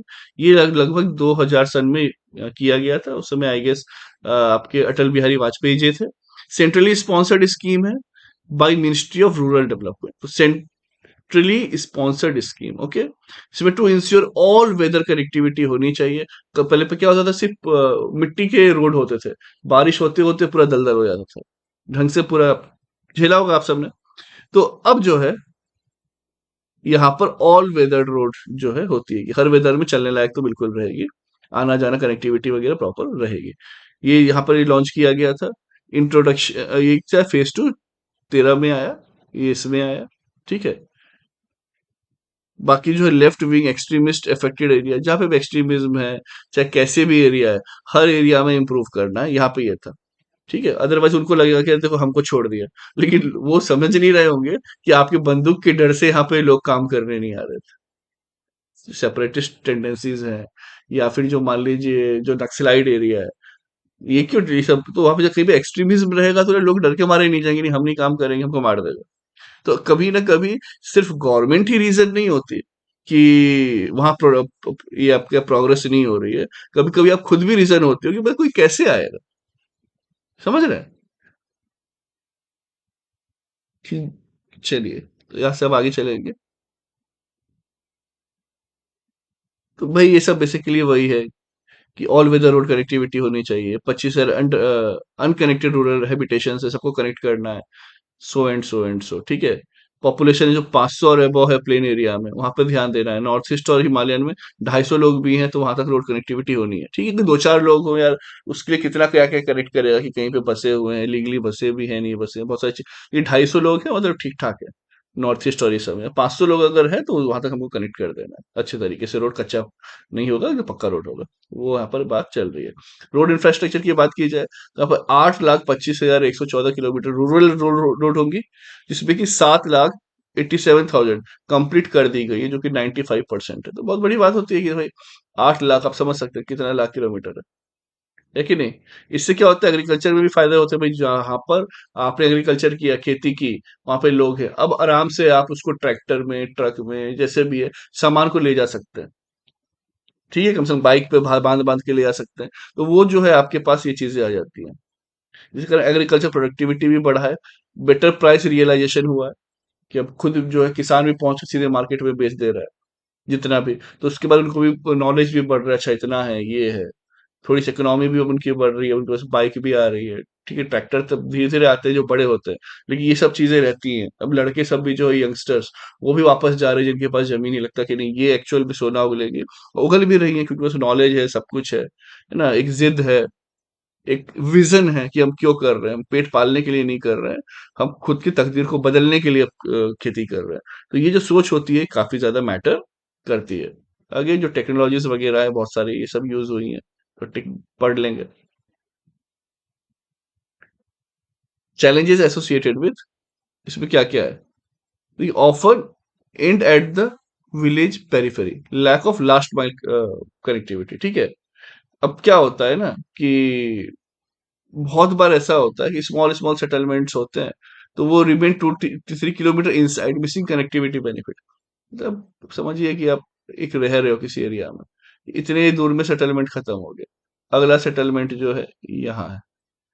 अब इसके कारण क्या होता है कि ये सोचते हैं कि हाँ, यहाँ से इतना तो कनेक्टिविटी कर देंगे, बट पूरा यहाँ तक ले जाना, हर चीज को इंटरकनेक्ट करना पॉसिबल नहीं होता। तो ये इस एरिया की सारी रोड, आसपास की जो लोग हैं, जो इनको मार्केट से कनेक्ट कर रहा है, वो कर देते हैं। ये है, यहाँ पे सारे रोड बना दिए, इनको अगर यहाँ कहीं पास में मार्केट से कनेक्ट कर रहा है, यहाँ कर दिए, बट बीच में कहीं होता है 2 किलोमीटर 3 किलोमीटर का रह जाता है, उसी की बात चल रही है। बाकी ओवरऑल जो है, ये सब नॉन कंप्लायंस, पूरा पूरा मटेरियल, ये तो ठीक है। विथ स्टैंड जो है ट्रैफिक और मानसून को उतना नहीं कर पा रहा है। ये तो आप आंख बंद करके कर सकते हैं कि इंडिया का कुछ हालत जो है अभी भी उतना नहीं सुधरा है। इसके बाद देखा जाए India fertiliser sector, again consumption की अगर हम बात करें, तो देखिए इस तरीके से जो है इसका कंजप्शन लगभग लगभग चल रहा है, सार दर दर सार, ठीक है। यूरिया हम सबसे ज्यादा कंज्यूम करते हैं। अगर हम यूरिया ही बनाने लग गए, अपने पूरा इसमें आत्मनिर्भर हो गए, तो समझ जाइए हम 50% जो है फर्टिलाइजेशन जो हो रहा है, फर्टिलाइजर जो हो रहा है, वो एटलीस्ट इंपोर्ट जो हम डिपेंडेंसी है वो यहाँ से कम हो जाएगा। तो इंडिया जो सेकंड लार्जेस्ट कंज्यूमर है, थर्ड लार्जेस्ट प्रोड्यूसर है, okay, second largest consumer. Obviously बात है, देश भी बड़ा है, इतनी खेती हो रही है, तो होना कोई ये चीज नहीं है। तो यहाँ पर देखिए डाई अमोनिया फॉस्फेट, इसके बाद जो है potash, nitrogen, phosphorus, potassium, sulphur, single super phosphate, सब कुछ जो यहाँ पे यूज हो रहा है। तो यूरिया सब्सिडी स्कीम जो है, timely availability of adequate amount of urea at the statutory control price to farmer, की बस सबसे ज्यादा ये यूज हो रहा है, ठीक है, यूरिया। तो अब अगर यूरिया की यहाँ पे सबसे ज्यादा जरूरत है, उसका प्राइस में अगर मान लीजिए बहुत ज्यादा चेंजेस आएंगे, तो प्रॉब्लम होने लगेगी पूरा रिजल्ट में, जो आउटपुट है। इसीलिए इसको कंट्रोल्ड प्राइस में दे रहे हैं। मानिए डेली जो है आपको दूध जो है आपके घर में डेली लगता है, तो भाई कंट्रोल प्राइस रहेगा, एकदम से 100-200 लीटर नहीं हो जाएगा। ओके, तो जो वो जो चीजें कंट्रोल प्राइस में जो डेली लग रहा है, वहां पर ये इस नक्शे से आप यहाँ पर ये याद रखेंगे, जो स्टैटिक्स दिए हुए हैं। इसके बाद जो यहाँ पर इट इज एप्लीकेबल और 28 ग्रेडेड, इंक्लूडिंग जो है आपका मोनो अमोनियम, डैप, ट्रिपल, तो बहुत सारे होते हैं यहाँ पर, ठीक है। माइक्रो, मैक्रो, ये सब जब हम देखते हैं तो बहुत सारे हो जाते हैं, जो न्यूट्रिशंस की जरूरत होती है आपके पौधों को, पेड़ को बढ़ने के लिए अच्छे तरीके से, क्लियर। तो उन्हें ये सब चीज चाहिए होती है, तो इसके द्वारा यहाँ पर मिलती है। अब पॉलिसी में वो ये मॉनिटरिंग करें, ये सब करें, one fertilisation, one nation one fertiliser की यहाँ पर बात की गई है, कि to bring uniformity in the quality and brand. Okay, ये सब जो पैकिंग से लेके सब वैसा रहे तो ज्यादा बेटर है, जैसे स्टील से लेके सब कुछ का रहता है, तो वो सही बात है कि स्टैंडर्ड होता है इंडिया लेवल पे सब कुछ, तो वैसे कुछ यहाँ पे कहा जा रहा है ताकि एक ही क्वालिटी रहे, सब कुछ वहां पर बना रहे। Imbalanced fertilizer use, ratio is highly skewed towards nitrogen, far exceeding the, मतलब 4:2:1 के रेशियो में होना चाहिए, नाइट्रोजन, फास्फोरस, पोटेशियम, ठीक है। अब इस पर ऐसा नहीं हो रहा है, इम्बैलेंस्ड है, बहुत ज्यादा यूरिया यूज हो जा रहा है, जो कि इसमें नाइट्रोजन है, duly heavy subsidy in urea. अब इसके कारण क्या होगा कि अब सबको लग रहा है चलो ये वाला खाद तो आगे डाल देते हैं, ठीक है। तो उसमें नाइट्रोजन चला जाता है यूरिया में बहुत ज्यादा, तो फोर ज्यादा होना चाहिए लेकिन बहुत ज्यादा डाल देते हैं, तो इसके कारण क्या होता है, इम्बैलेंस होता है। Also neglect micronutrients of low addition of organic matter. तो ये जो है आपका जो माइक्रो न्यूट्रिएंट्स, मैक्रो तो डाल दिए आप जो मेजर मेजर था, लेकिन माइक्रो पे भी नहीं उतना डाल रहे होते, leading to micro nutrition deficiency in soil, ठीक है। इसी कारण ये हो रहा है। इंपोर्ट डिपेंडेंस की जो बात की गई है, India is deficit in sufficient reserve of rocks end of phosphate, खासतौर पे फॉस्फेट की बात की जाए, 95% जो फॉस्फेट है वो Saudi Arab, Jordan, Morocco, Russia यहाँ से लाते हैं, 95%। India has no commercial reserve of potash, potash भी नहीं है, तो 100% हम जो है कनाडा, रशिया, इसराइल, जॉर्डन यहाँ से लाते हैं, ठीक है। सेकेंड लार्जेस्ट सब्सिडी जो है after food, accounting for 10% of total central expenditure, fertiliser पे ही हम इतना ज्यादा कर दे रहे हैं। तो ये सब बहुत सारी जो चीजें हैं यहाँ पर, तो कमिटी ने क्या क्या रिकमेंडेशन दिए, ऐसे में थोड़ा सा ये इंपॉर्टेंट हो जाती है। इंक्रीज मैन्युफैक्चरिंग कैपेसिटी, में मैन्युफैक्चरिंग कैपेसिटी बढ़ाओ क्योंकि आप यूज बहुत कर रहे हो। सेकंड, ये अब थर्ड लार्जेस्ट प्रोड्यूसर और सेकंड लार्जेस्ट कंज्यूमर है, तो मतलब आप और जितना भी करो अच्छी बात है। Ensuring a task force to promote domestic urea production, ठीक है। तो डोमेस्टिक यूरिया प्रोडक्शन की भी यहाँ पे बात की गई है। The committee observe the 90% of the total cost of urea is natural gas, ठीक है, which is largely imported through long term agreement.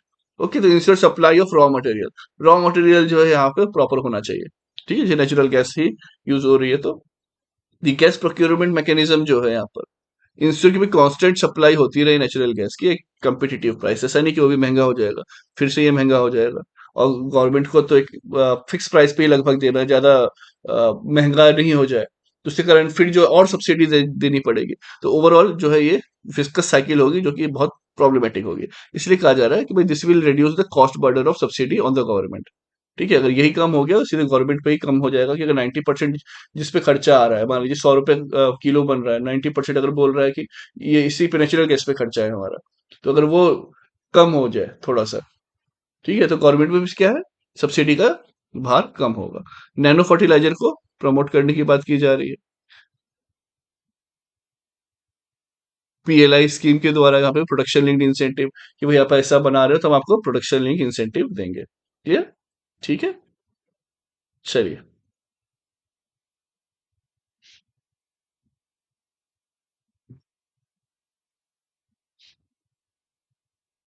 Ship building industry की बात करें जो हमारा आर्टिकल है, यहाँ पर जो ministry of port, shipping and waterways, ये बेसिकली यहाँ पर जो भी नोटिफाई करते हैं, क्लियर, कि भाई ship building financial assistance scheme है, शिप बिल्डिंग डेवलपमेंट स्कीम है, ये दो फ्लैगशिप स्कीम लाई है इनके द्वारा। अब इसके अंदर क्या क्या है वो हम देखेंगे। ये आई क्यों है बेसिकली न्यूज में, ऐसा क्या यहाँ पर अभी किया गया है। तो these guidelines set a road map to increase India's commercial ship building capacity, जो कि 4.5 मिलियन टनेज की हो जाए 2047 तक, 4.5 मिलियन टनेज की हो जाए, क्लियर। अब इसमें जो है सिग्निफिकेंट शिप बिल्डिंग इंडस्ट्री रहेगी, तो जो इकोनॉमिक ग्रोथ है ship building contributes around 4% to India GDP. समझ रहे हैं? तो जब आप इसको बढ़ाओगे तो इंडिया का जीडीपी भी ओवरऑल बढ़ेगा डेफिनेटली।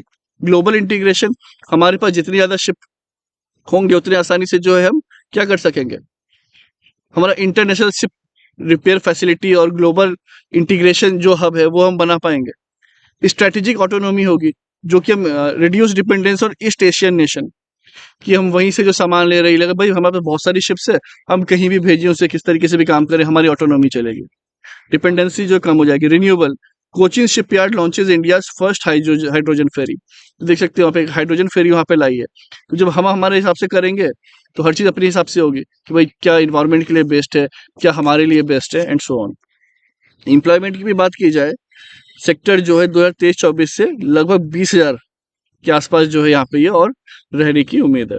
कितना रहेगा तो ये जो हाईली टेक्निकल होते हैं, ठीक है, तो ये तेरे हाईली टेक्निकल लोगों को अगर एम्प्लॉयमेंट मिले, जो इंजीनियर्स रहेंगे और जो रिसर्चर्स रहेंगे, तो ये एक अच्छी चीज है कि भाई हमारा जो है आपका ये भी बढ़ेगा, साथ साथ में जीडीपी भी बढ़ेगी, मैन्युफैक्चरिंग जो हमारी जो आउटपुट है वो भी बढ़ेगा।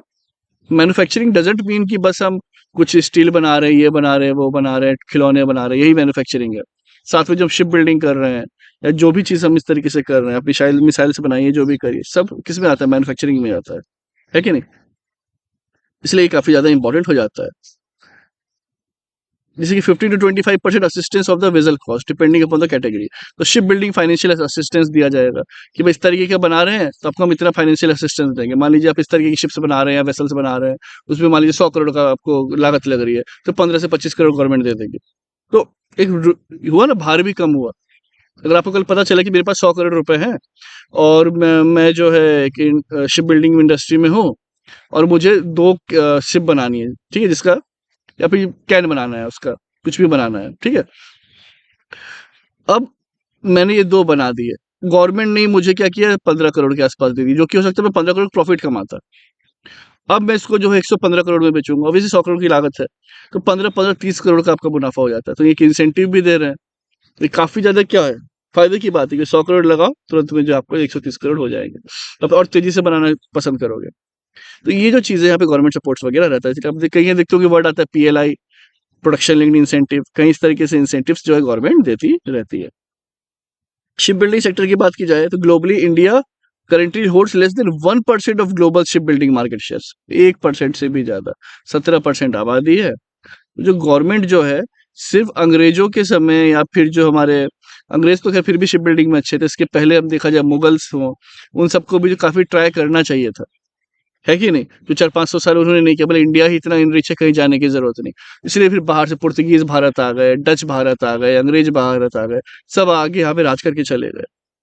लेकिन हमारा क्या हुआ, वो चीज कभी ग्रोथ नहीं हुई। तो कम से कम ये सीख गवर्नमेंट ले ली होती आजादी के समय से, तो अभी भी हमारी ये हालत नहीं होती। कि चाइना देख सकते हैं, सिग्निफिकेंट 47% शेयर उसके पास है। कोरिया, साउथ कोरिया छोटा सा देश है, 25%। जापान 18%। तो आप भी समझ सकते हैं भारत का क्या सिर्फ 1%। यही रीजन है कि साउथ चाइना सी से लेके हर जगह अपना दबदबा बनाए रहता है चाइना, और हम कुछ नहीं कर पाते हैं। because India's annual output is approximately 0.072 million gross ton है, जीटी 1 बिलियन टन भी नहीं है। तो जो अभी सोच रहे हैं ना, वो कम लग रहा होगा, 4.5 कितना ज्यादा यहाँ पे जो है 10 टाइम से भी ज्यादा। 10 भी नहीं, 10 होता तो 0.7 होता। लगभग लगभग आप समझिए 60 to 70 टाइम्स का टारगेट है। बहुत ही एम्बिशियस टारगेट है।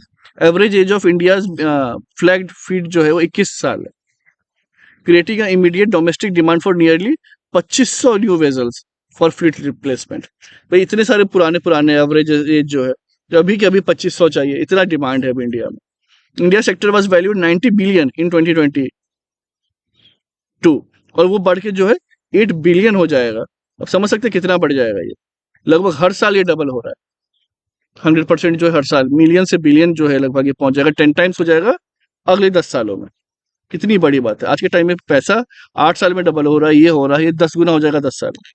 बस इसके शेयर्स भी आप खरीद सकते हैं आगे जाके कि ये बढ़ेगा तेजी से। इस तरीके की न्यूज इंपॉर्टेंट होती है कि आप शेयर मार्केट में क्या ले रहे हैं नहीं ले रहे हैं, काइंड ऑफ। तो बाकी जो ह्यूमन मेंटल सेंटिमेंट्स होते हैं वो तो होता ही है, इंडिया थोड़ा सा बहाव में जाता है उसके। पर ये सब जो रीजन है कि भाई ग्रोथ जो है अच्छी है, तो वो आपको रिटर्न्स देगा। High capital cost. India's shipyard face borrowing cost of 9 to 11% compared 4 से 6 चाइना और leading to a 20% cost disadvantage. अब आप सोच लीजिए कितना एक मेजर ट्रबल है ये सब। ठीक है, ये सब जो है कितना मेजर ट्रबल है। आई बात समझ में? फिर maritime India vision provides a comprehensive framework for holistic development of India's maritime sector, encompassing port, shipping, and waterways.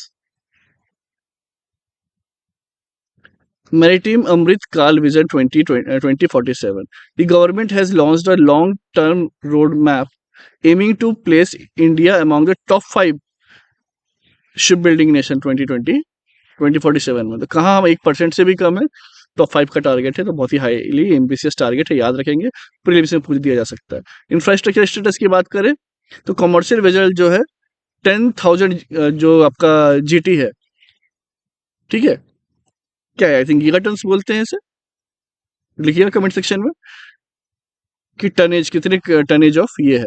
Qualify for infrastructure status enabling easier access to long term institutional credit, जिससे भाई long term institutional credit वगैरह भी रहेगा कि आप ये बनाने वाले हैं, कल होके कमाओगे ही, तो वापस आप हमें कर दोगे तो हम आपको क्रेडिट दे देंगे। आई बस समझ में? तो ये चीजें यहाँ पर रहती हैं। अब न्यूज इन शॉर्ट्स की बात की जाए तो काफी इस बार लंबा देख सकते हैं ये चीजें आई हुई थी। अब ये आ रहा है डेप्रिसिएशन ऑफ इंडियन रुपी, 90 का यहाँ पर जो है मार्क अचीव किया है। अचीव किया मतलब कि बहुत बुरे तरीके से यहाँ पे भारत का जो रुपए गिरा है, 90 का मार्क टच कर दिया है। Despite strong domestic macro economics, GDP का इतना है, इन्फ्लेशन भी काफी कम है, लो क्रूड, फिर भी जो है ये 5% से डेप्रिशिएट हुआ। इसका मतलब अगर मान लीजिए मेरी बहन बाहर पढ़ रही है, वही ऑब्वियसली बात है डॉलर में लगता है, तो अगर वहां पर उसे फीस उसकी थी एग्जाम्पल के लिए 5 लाख रुपीज INR में, अब इसका 25% और जोड़ दीजिए तो सेम फीस जो जाएगी 5,25,000 रुपए। ये जो 25,000 रुपए जो एक्स्ट्रा गए पॉकेट से, ये कुछ नहीं है, ये सिर्फ इसलिए कि अभी रुपये ये हो गया है आपका डेप्रिशिएट। ठीक है, तो ये इस तरीके से भार पड़ता है। ओके, इस तरीके से जो है भार पड़ता है। Depreciation of rupee occur when the value decline relative to foreign currency in open market. तो ये कहा जाता है डेप्रिसिएशन तब हो गया फॉरेन करेंसी, डॉलर के बनिस्पत जो फॉरेन करेंसी है, जो ओपन मार्केट में आप जब चीजें खरीद रहे हो, ये कर रहे हो, जैसे यूनिवर्सिटी की फीस भी है, ये ओपन मार्केट है कि भाई वहां पे उन्होंने इतने डॉलर बोल रखा है, अब आपको वहां भरना है, तो अब पहले मान लीजिए गए थे तो 85 रुपीज के हिसाब से, तब 90 है।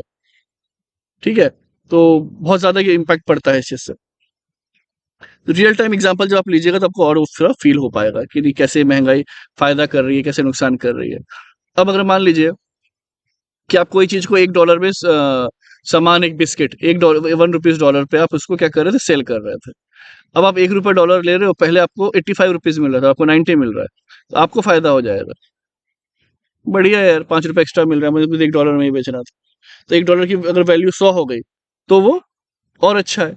तो एक्सपोर्ट इसमें क्या हो जाता है, सस्ता होता है कि महंगा होता है बताइए, और इंपोर्ट ऐसे में सस्ता होता है कि महंगा होता है, वो भी आपको यहाँ पर बताना है। फाइन, ठीक है। रीजन क्या क्या है, देखिए यूएस का अनसर्टेनिटी डील, यूएस टैरिफ जो है 50% तक लगा दिया है कुछ चीजों पे, ये भी है। इसके बाद वाइडनिंग ट्रेड डेफिसिट हमारा बढ़ते जा रहा है, हाई डिमांड फॉर गोल्ड, इतना महंगा हो गया सोना फिर भी खरीद रहे हैं लोग। Electronics, machineries, while export to major market जैसे कि यूएस है, वो कम हो गया है। तो ये सब जो रीजन है इम्पैक्ट कर रहा है इंडिया के रुपये को बहुत ही ज्यादा ड्रास्टिकली। नेगेटिव इम्पैक्ट लीजिए, इम्पोर्टेड इन्फ्लेशन, जब आप कुछ भी को इंपोर्ट कर रहे हो तो आपको ज्यादा पैसा खर्च करना पड़ रहा है, क्रूड ऑयल वगैरह, एडिबल ऑयल, ये सब पे जो हम खर्च कर रहे हैं, तो मतलब पूरा तेल हमारा वैसे भी निकाल दे रहे हैं ये तेल सब। ठीक है, इंक्रीज सब्सिडी की बात की जाए, सब्सिडी वगैरह भी जो है यहाँ पर इंक्रीज हो गई, क्योंकि भाई हम इंपोर्ट ही कर रहे हैं। यहाँ पे प्रीवियसली इसमें देखा हुआ है, हम यूरिया से लेके सब कुछ इंपोर्ट ही करते हैं, तो उसके कारण क्या हो जा रहा है, बहुत सारी चीज तो जो है हमारे देश में है ही नहीं, वही पे इंपोर्ट ही करना पड़ता है, पोटैश एंड ऑल।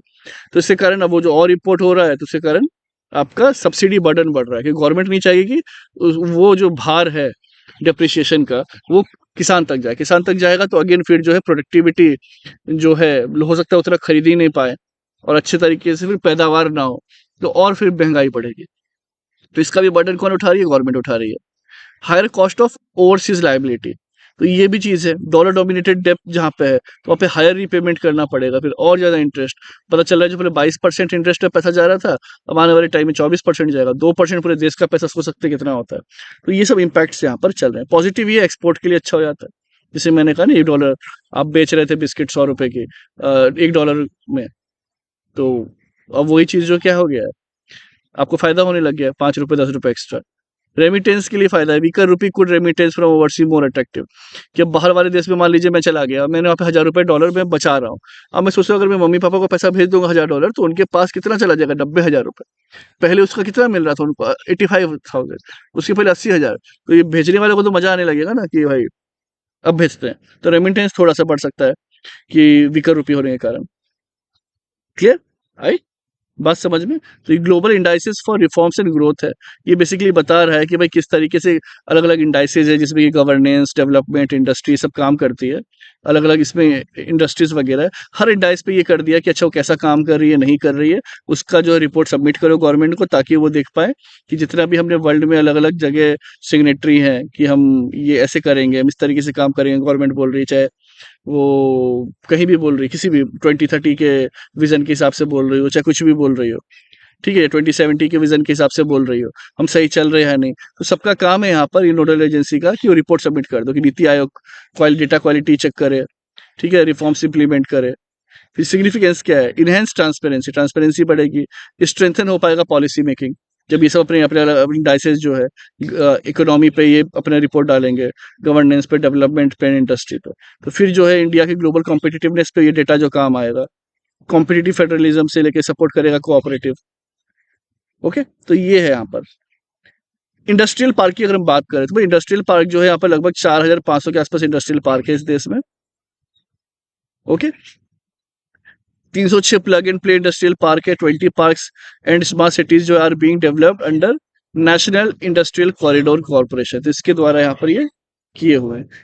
ये एसेंशियल्स क्या है इंडस्ट्रियल पार्क के, रेगुलेटरी रिजीम की इंसेंटिव बेस्ड रूल्स है for labour, land use and foreign investment. भी आप करोगे अच्छे से, इसका यूज ऑप्टिमम यूज करोगे तो आपको इंसेंटिव दिया जाएगा। Integrated infrastructure, shared facility like telecom, lab, clearance, training, security, सब कुछ वहाँ पे होगा। ऐसा नहीं है कि एक जगह आपने ये बना दिया है, अब दूसरे स्टेट में जाके ट्रेनिंग ले रहे हो, दूसरे स्टेट में जाके कुछ और चल रहा है, क्लियरेंस की बात चल ही नहीं, सब एक ही जगह रहेगा। तो इस बिल्डिंग से जाओ, दो थोड़े दूर दूसरी बिल्डिंग, वहां से क्लियरेंस ले लो, वहां पे सिक्योरिटी की बात कर लो, थोड़ी दूर जाके लैब पे टेस्टिंग वेस्टिंग करना कर लो, ताकि प्रोडक्ट भी फटाफट जल्दी से निकले बाहर। आई बात समझ में? डिफाइंड ज्योग्राफी, मतलब मास्टर प्लांट होना चाहिए कि यूनिफॉर्म स्टैंडर्ड हो फॉर बिल्डिंग एंड फैसिलिटी, ठीक है। जैसे हम इस स्पेशल इकोनॉमिक जोन की पहले बात करते थे सेज, वो इसी तरीके का एक ज्योग्राफी हमें प्रोवाइड कर दिया करता है। डेडिकेटेड मैनेजमेंट की बात की जाए तो सिंगल अथॉरिटी होगी, overseeing firm entry and regulatory compliance. ऐसा नहीं है कि अलग इसका कंप्लायंस कोई और देख रहा है, लैब का, टेलीकॉम, मतलब समझ रहे हैं ना, और उसके बाद कहीं ट्रेनिंग के लिए कोई और देख रहा है, बाकी के लिए कोई और मशीनरी का कोई नहीं, एक ही होगा, ताकि वो सब क्या हो सके, आपका एक प्रॉपर वे में रेगुलेटरी हो सके और कहीं भी कुछ ब्रीचेस ना होगी, कि इंसान सब देख रहा होगा, एक ही टीम देख रही होगी, तो सब टिक कर देगी कि हाँ भाई ये ठीक है, ये भी ठीक है, ट्रेनिंग ठीक है, सब कुछ ठीक चल रहा है। मल्टी टेनेंट क्लस्टर्स की बात की जाए, multiple firms collaborate and share resource with in the park, तो वो सब कुछ जो है मल्टी टेनेंट होंगे अलग अलग, लेकिन एक ही जगह जो है सारे के सारे अपने रिसोर्स शेयरिंग करेंगे। ओके, ठीक है। रियल एस्टेट इन्वेस्टमेंट ट्रस्ट की अगर अब बात की जाए, तो ये जो है सेबी ने क्लासिफाई किया है real estate investment trust to boost participation by mutual fund while retaining infrastructure investment trust under hybrid category. Hybrid category में भी रखा है और साथ में जो है कहीं ना कहीं सेबी के अंदर इसको रिक्लासिफाई कर दिया है। इससे क्या होगा कि it is a company that owns, operate or finances income generating real estate and sell share to raise capital to do so. भाई अपने शेयर भी बेचती है कि भाई हमें और पैसा चाहिए।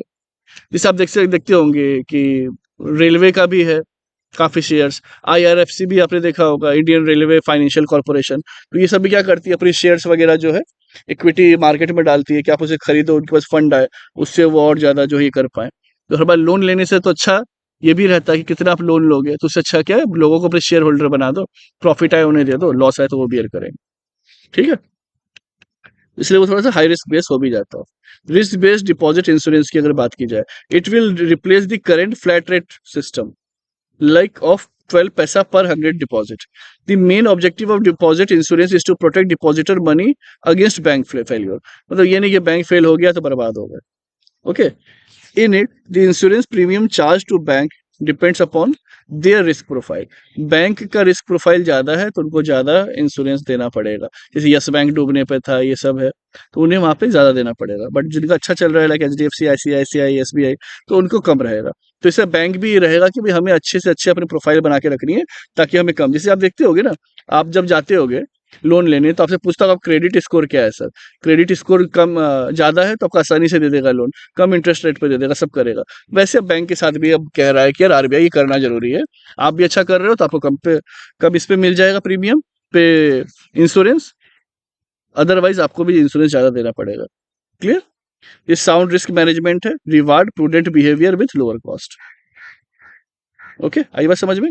अभी तक जो मैक्सिमम इंश्योरेंस कवरेज है वो 5 लाख का है और होली ओन्ड बाय आरबीआई. मतलब कि मान लीजिए मैंने बैंक में 4 लाख रुपए डाले हुए थे, वो बैंक डूब गया, तो इंश्योरेंस कंपनी मुझे 4 लाख वापस कर देगी. हाँ, उसमें अगर 15 लाख थे और डूब गया तो भाई साहब 5 लाख से ज्यादा की गारंटी नहीं है. याद रखें. तो इसका तरीका क्या है कि सर क्या करें, 2-3 बैंक में पैसा रख लीजिए अगर आपके पास सेविंग में ज्यादा है, वरना रखिए कहीं फिक्स करिए, म्यूचुअल फंड में करिए, इधर उधर करिए. और बाकी जगह भी आप कर सकते हैं, पीएफ में डाल सकते हैं. तो ये जो है, अब 2-3 बैंक में रख लीजिएगा तो सेफ रहेगा. एक बैंक डूबेगा भी तो पूरा तो नहीं लेके डूबेगा. और उसमें 5 लाख तक का सब में इंश्योरेंस है तो 5-5-5 करके तीनों जगह से आपको 15 वापस आ जाएंगे, एक साथ तीनों डूब जाए तो, जो कि बहुत रेयर है. क्लियर? आई बात समझ में? तो ये सब जो यहाँ पर रहता है. टैक्स रैम्प्स स्कीम, ये जो है मिनिस्ट्री ऑफ टेक्सटाइल के द्वारा किया गया है. एम क्या है? To future proof India textile and apparel ecosystem. तो इसको फ्यूचर प्रूफ बनाना है कि भाई अच्छे तरीके से काम करे. फंडिंग जो है 305 करोड़ की भी दी गई है इसके अंदर. आपको पता है कौन कौन सी ऐसी कंपनी है, बताइए जरा कमेंट सेक्शन में, जो कि इंडियन है. पीटर इंग्लैंड इंडियन है, ठीक है. किसकी है आप गूगल करके बताइए. बहुत सारे लोग इसको इंग्लैंड इंग्लिश कंपनी सोच लेते हैं. नहीं पता होता क्योंकि वो बिकी ऐसे रही है कि भाई हमारा ना मेंटेलिटी बनी है कि जो फॉरेन का है वही अच्छा है. ठीक है, इसलिए वो पीटर इंडिया नहीं करके पीटर इंग्लैंड कर देते हैं. तो ठीक है. Health security, personal national security cess act. अब ये जो एक्ट लाया है to mobilise additional physical resource for strengthening defence preparedness, public health system and national security. इसके लिए आया है हेल्थ सिक्योरिटी. ठीक है. ये क्या करेगा? क्रिएट करेगा clear legal framework for special excises. ये सब का काम यहाँ पर ये जो सेस वगैरह रहेगा ये सपोर्ट क्या करेगा आपका national security and public health को. सेस मतलब वही और एक्स्ट्रा पैसा भरो. सेस के नाम पे जो भी टैक्स वैक्स रहेगा वो एडिशनल आपको भरना पड़ेगा. एनिमल हेल्थ हस्बेंड्री बहुत इंपॉर्टेंट है. ये सब यूपीएससी को मजा आता है पूछने में. अभी क्या रैंक है? इंडिया का पहला रैंक है दूध उत्पादन में. 247 247 जो है यहाँ पर मिलियन टनेज है. क्लियर? यहाँ पर जो है 247 के आसपास मिलियन टनेज है.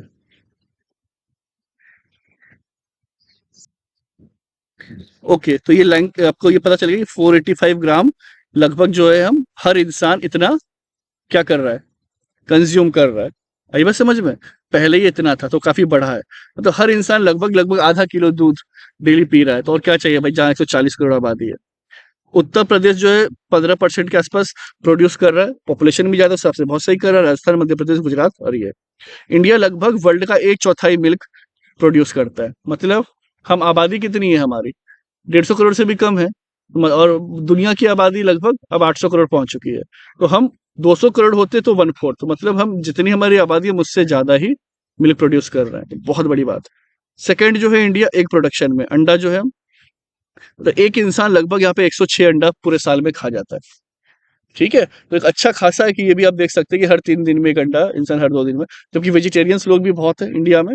तो जो कंज्यूम कर रहे हैं उस हिसाब से काफी अच्छा ही पर कैपिटा ये है.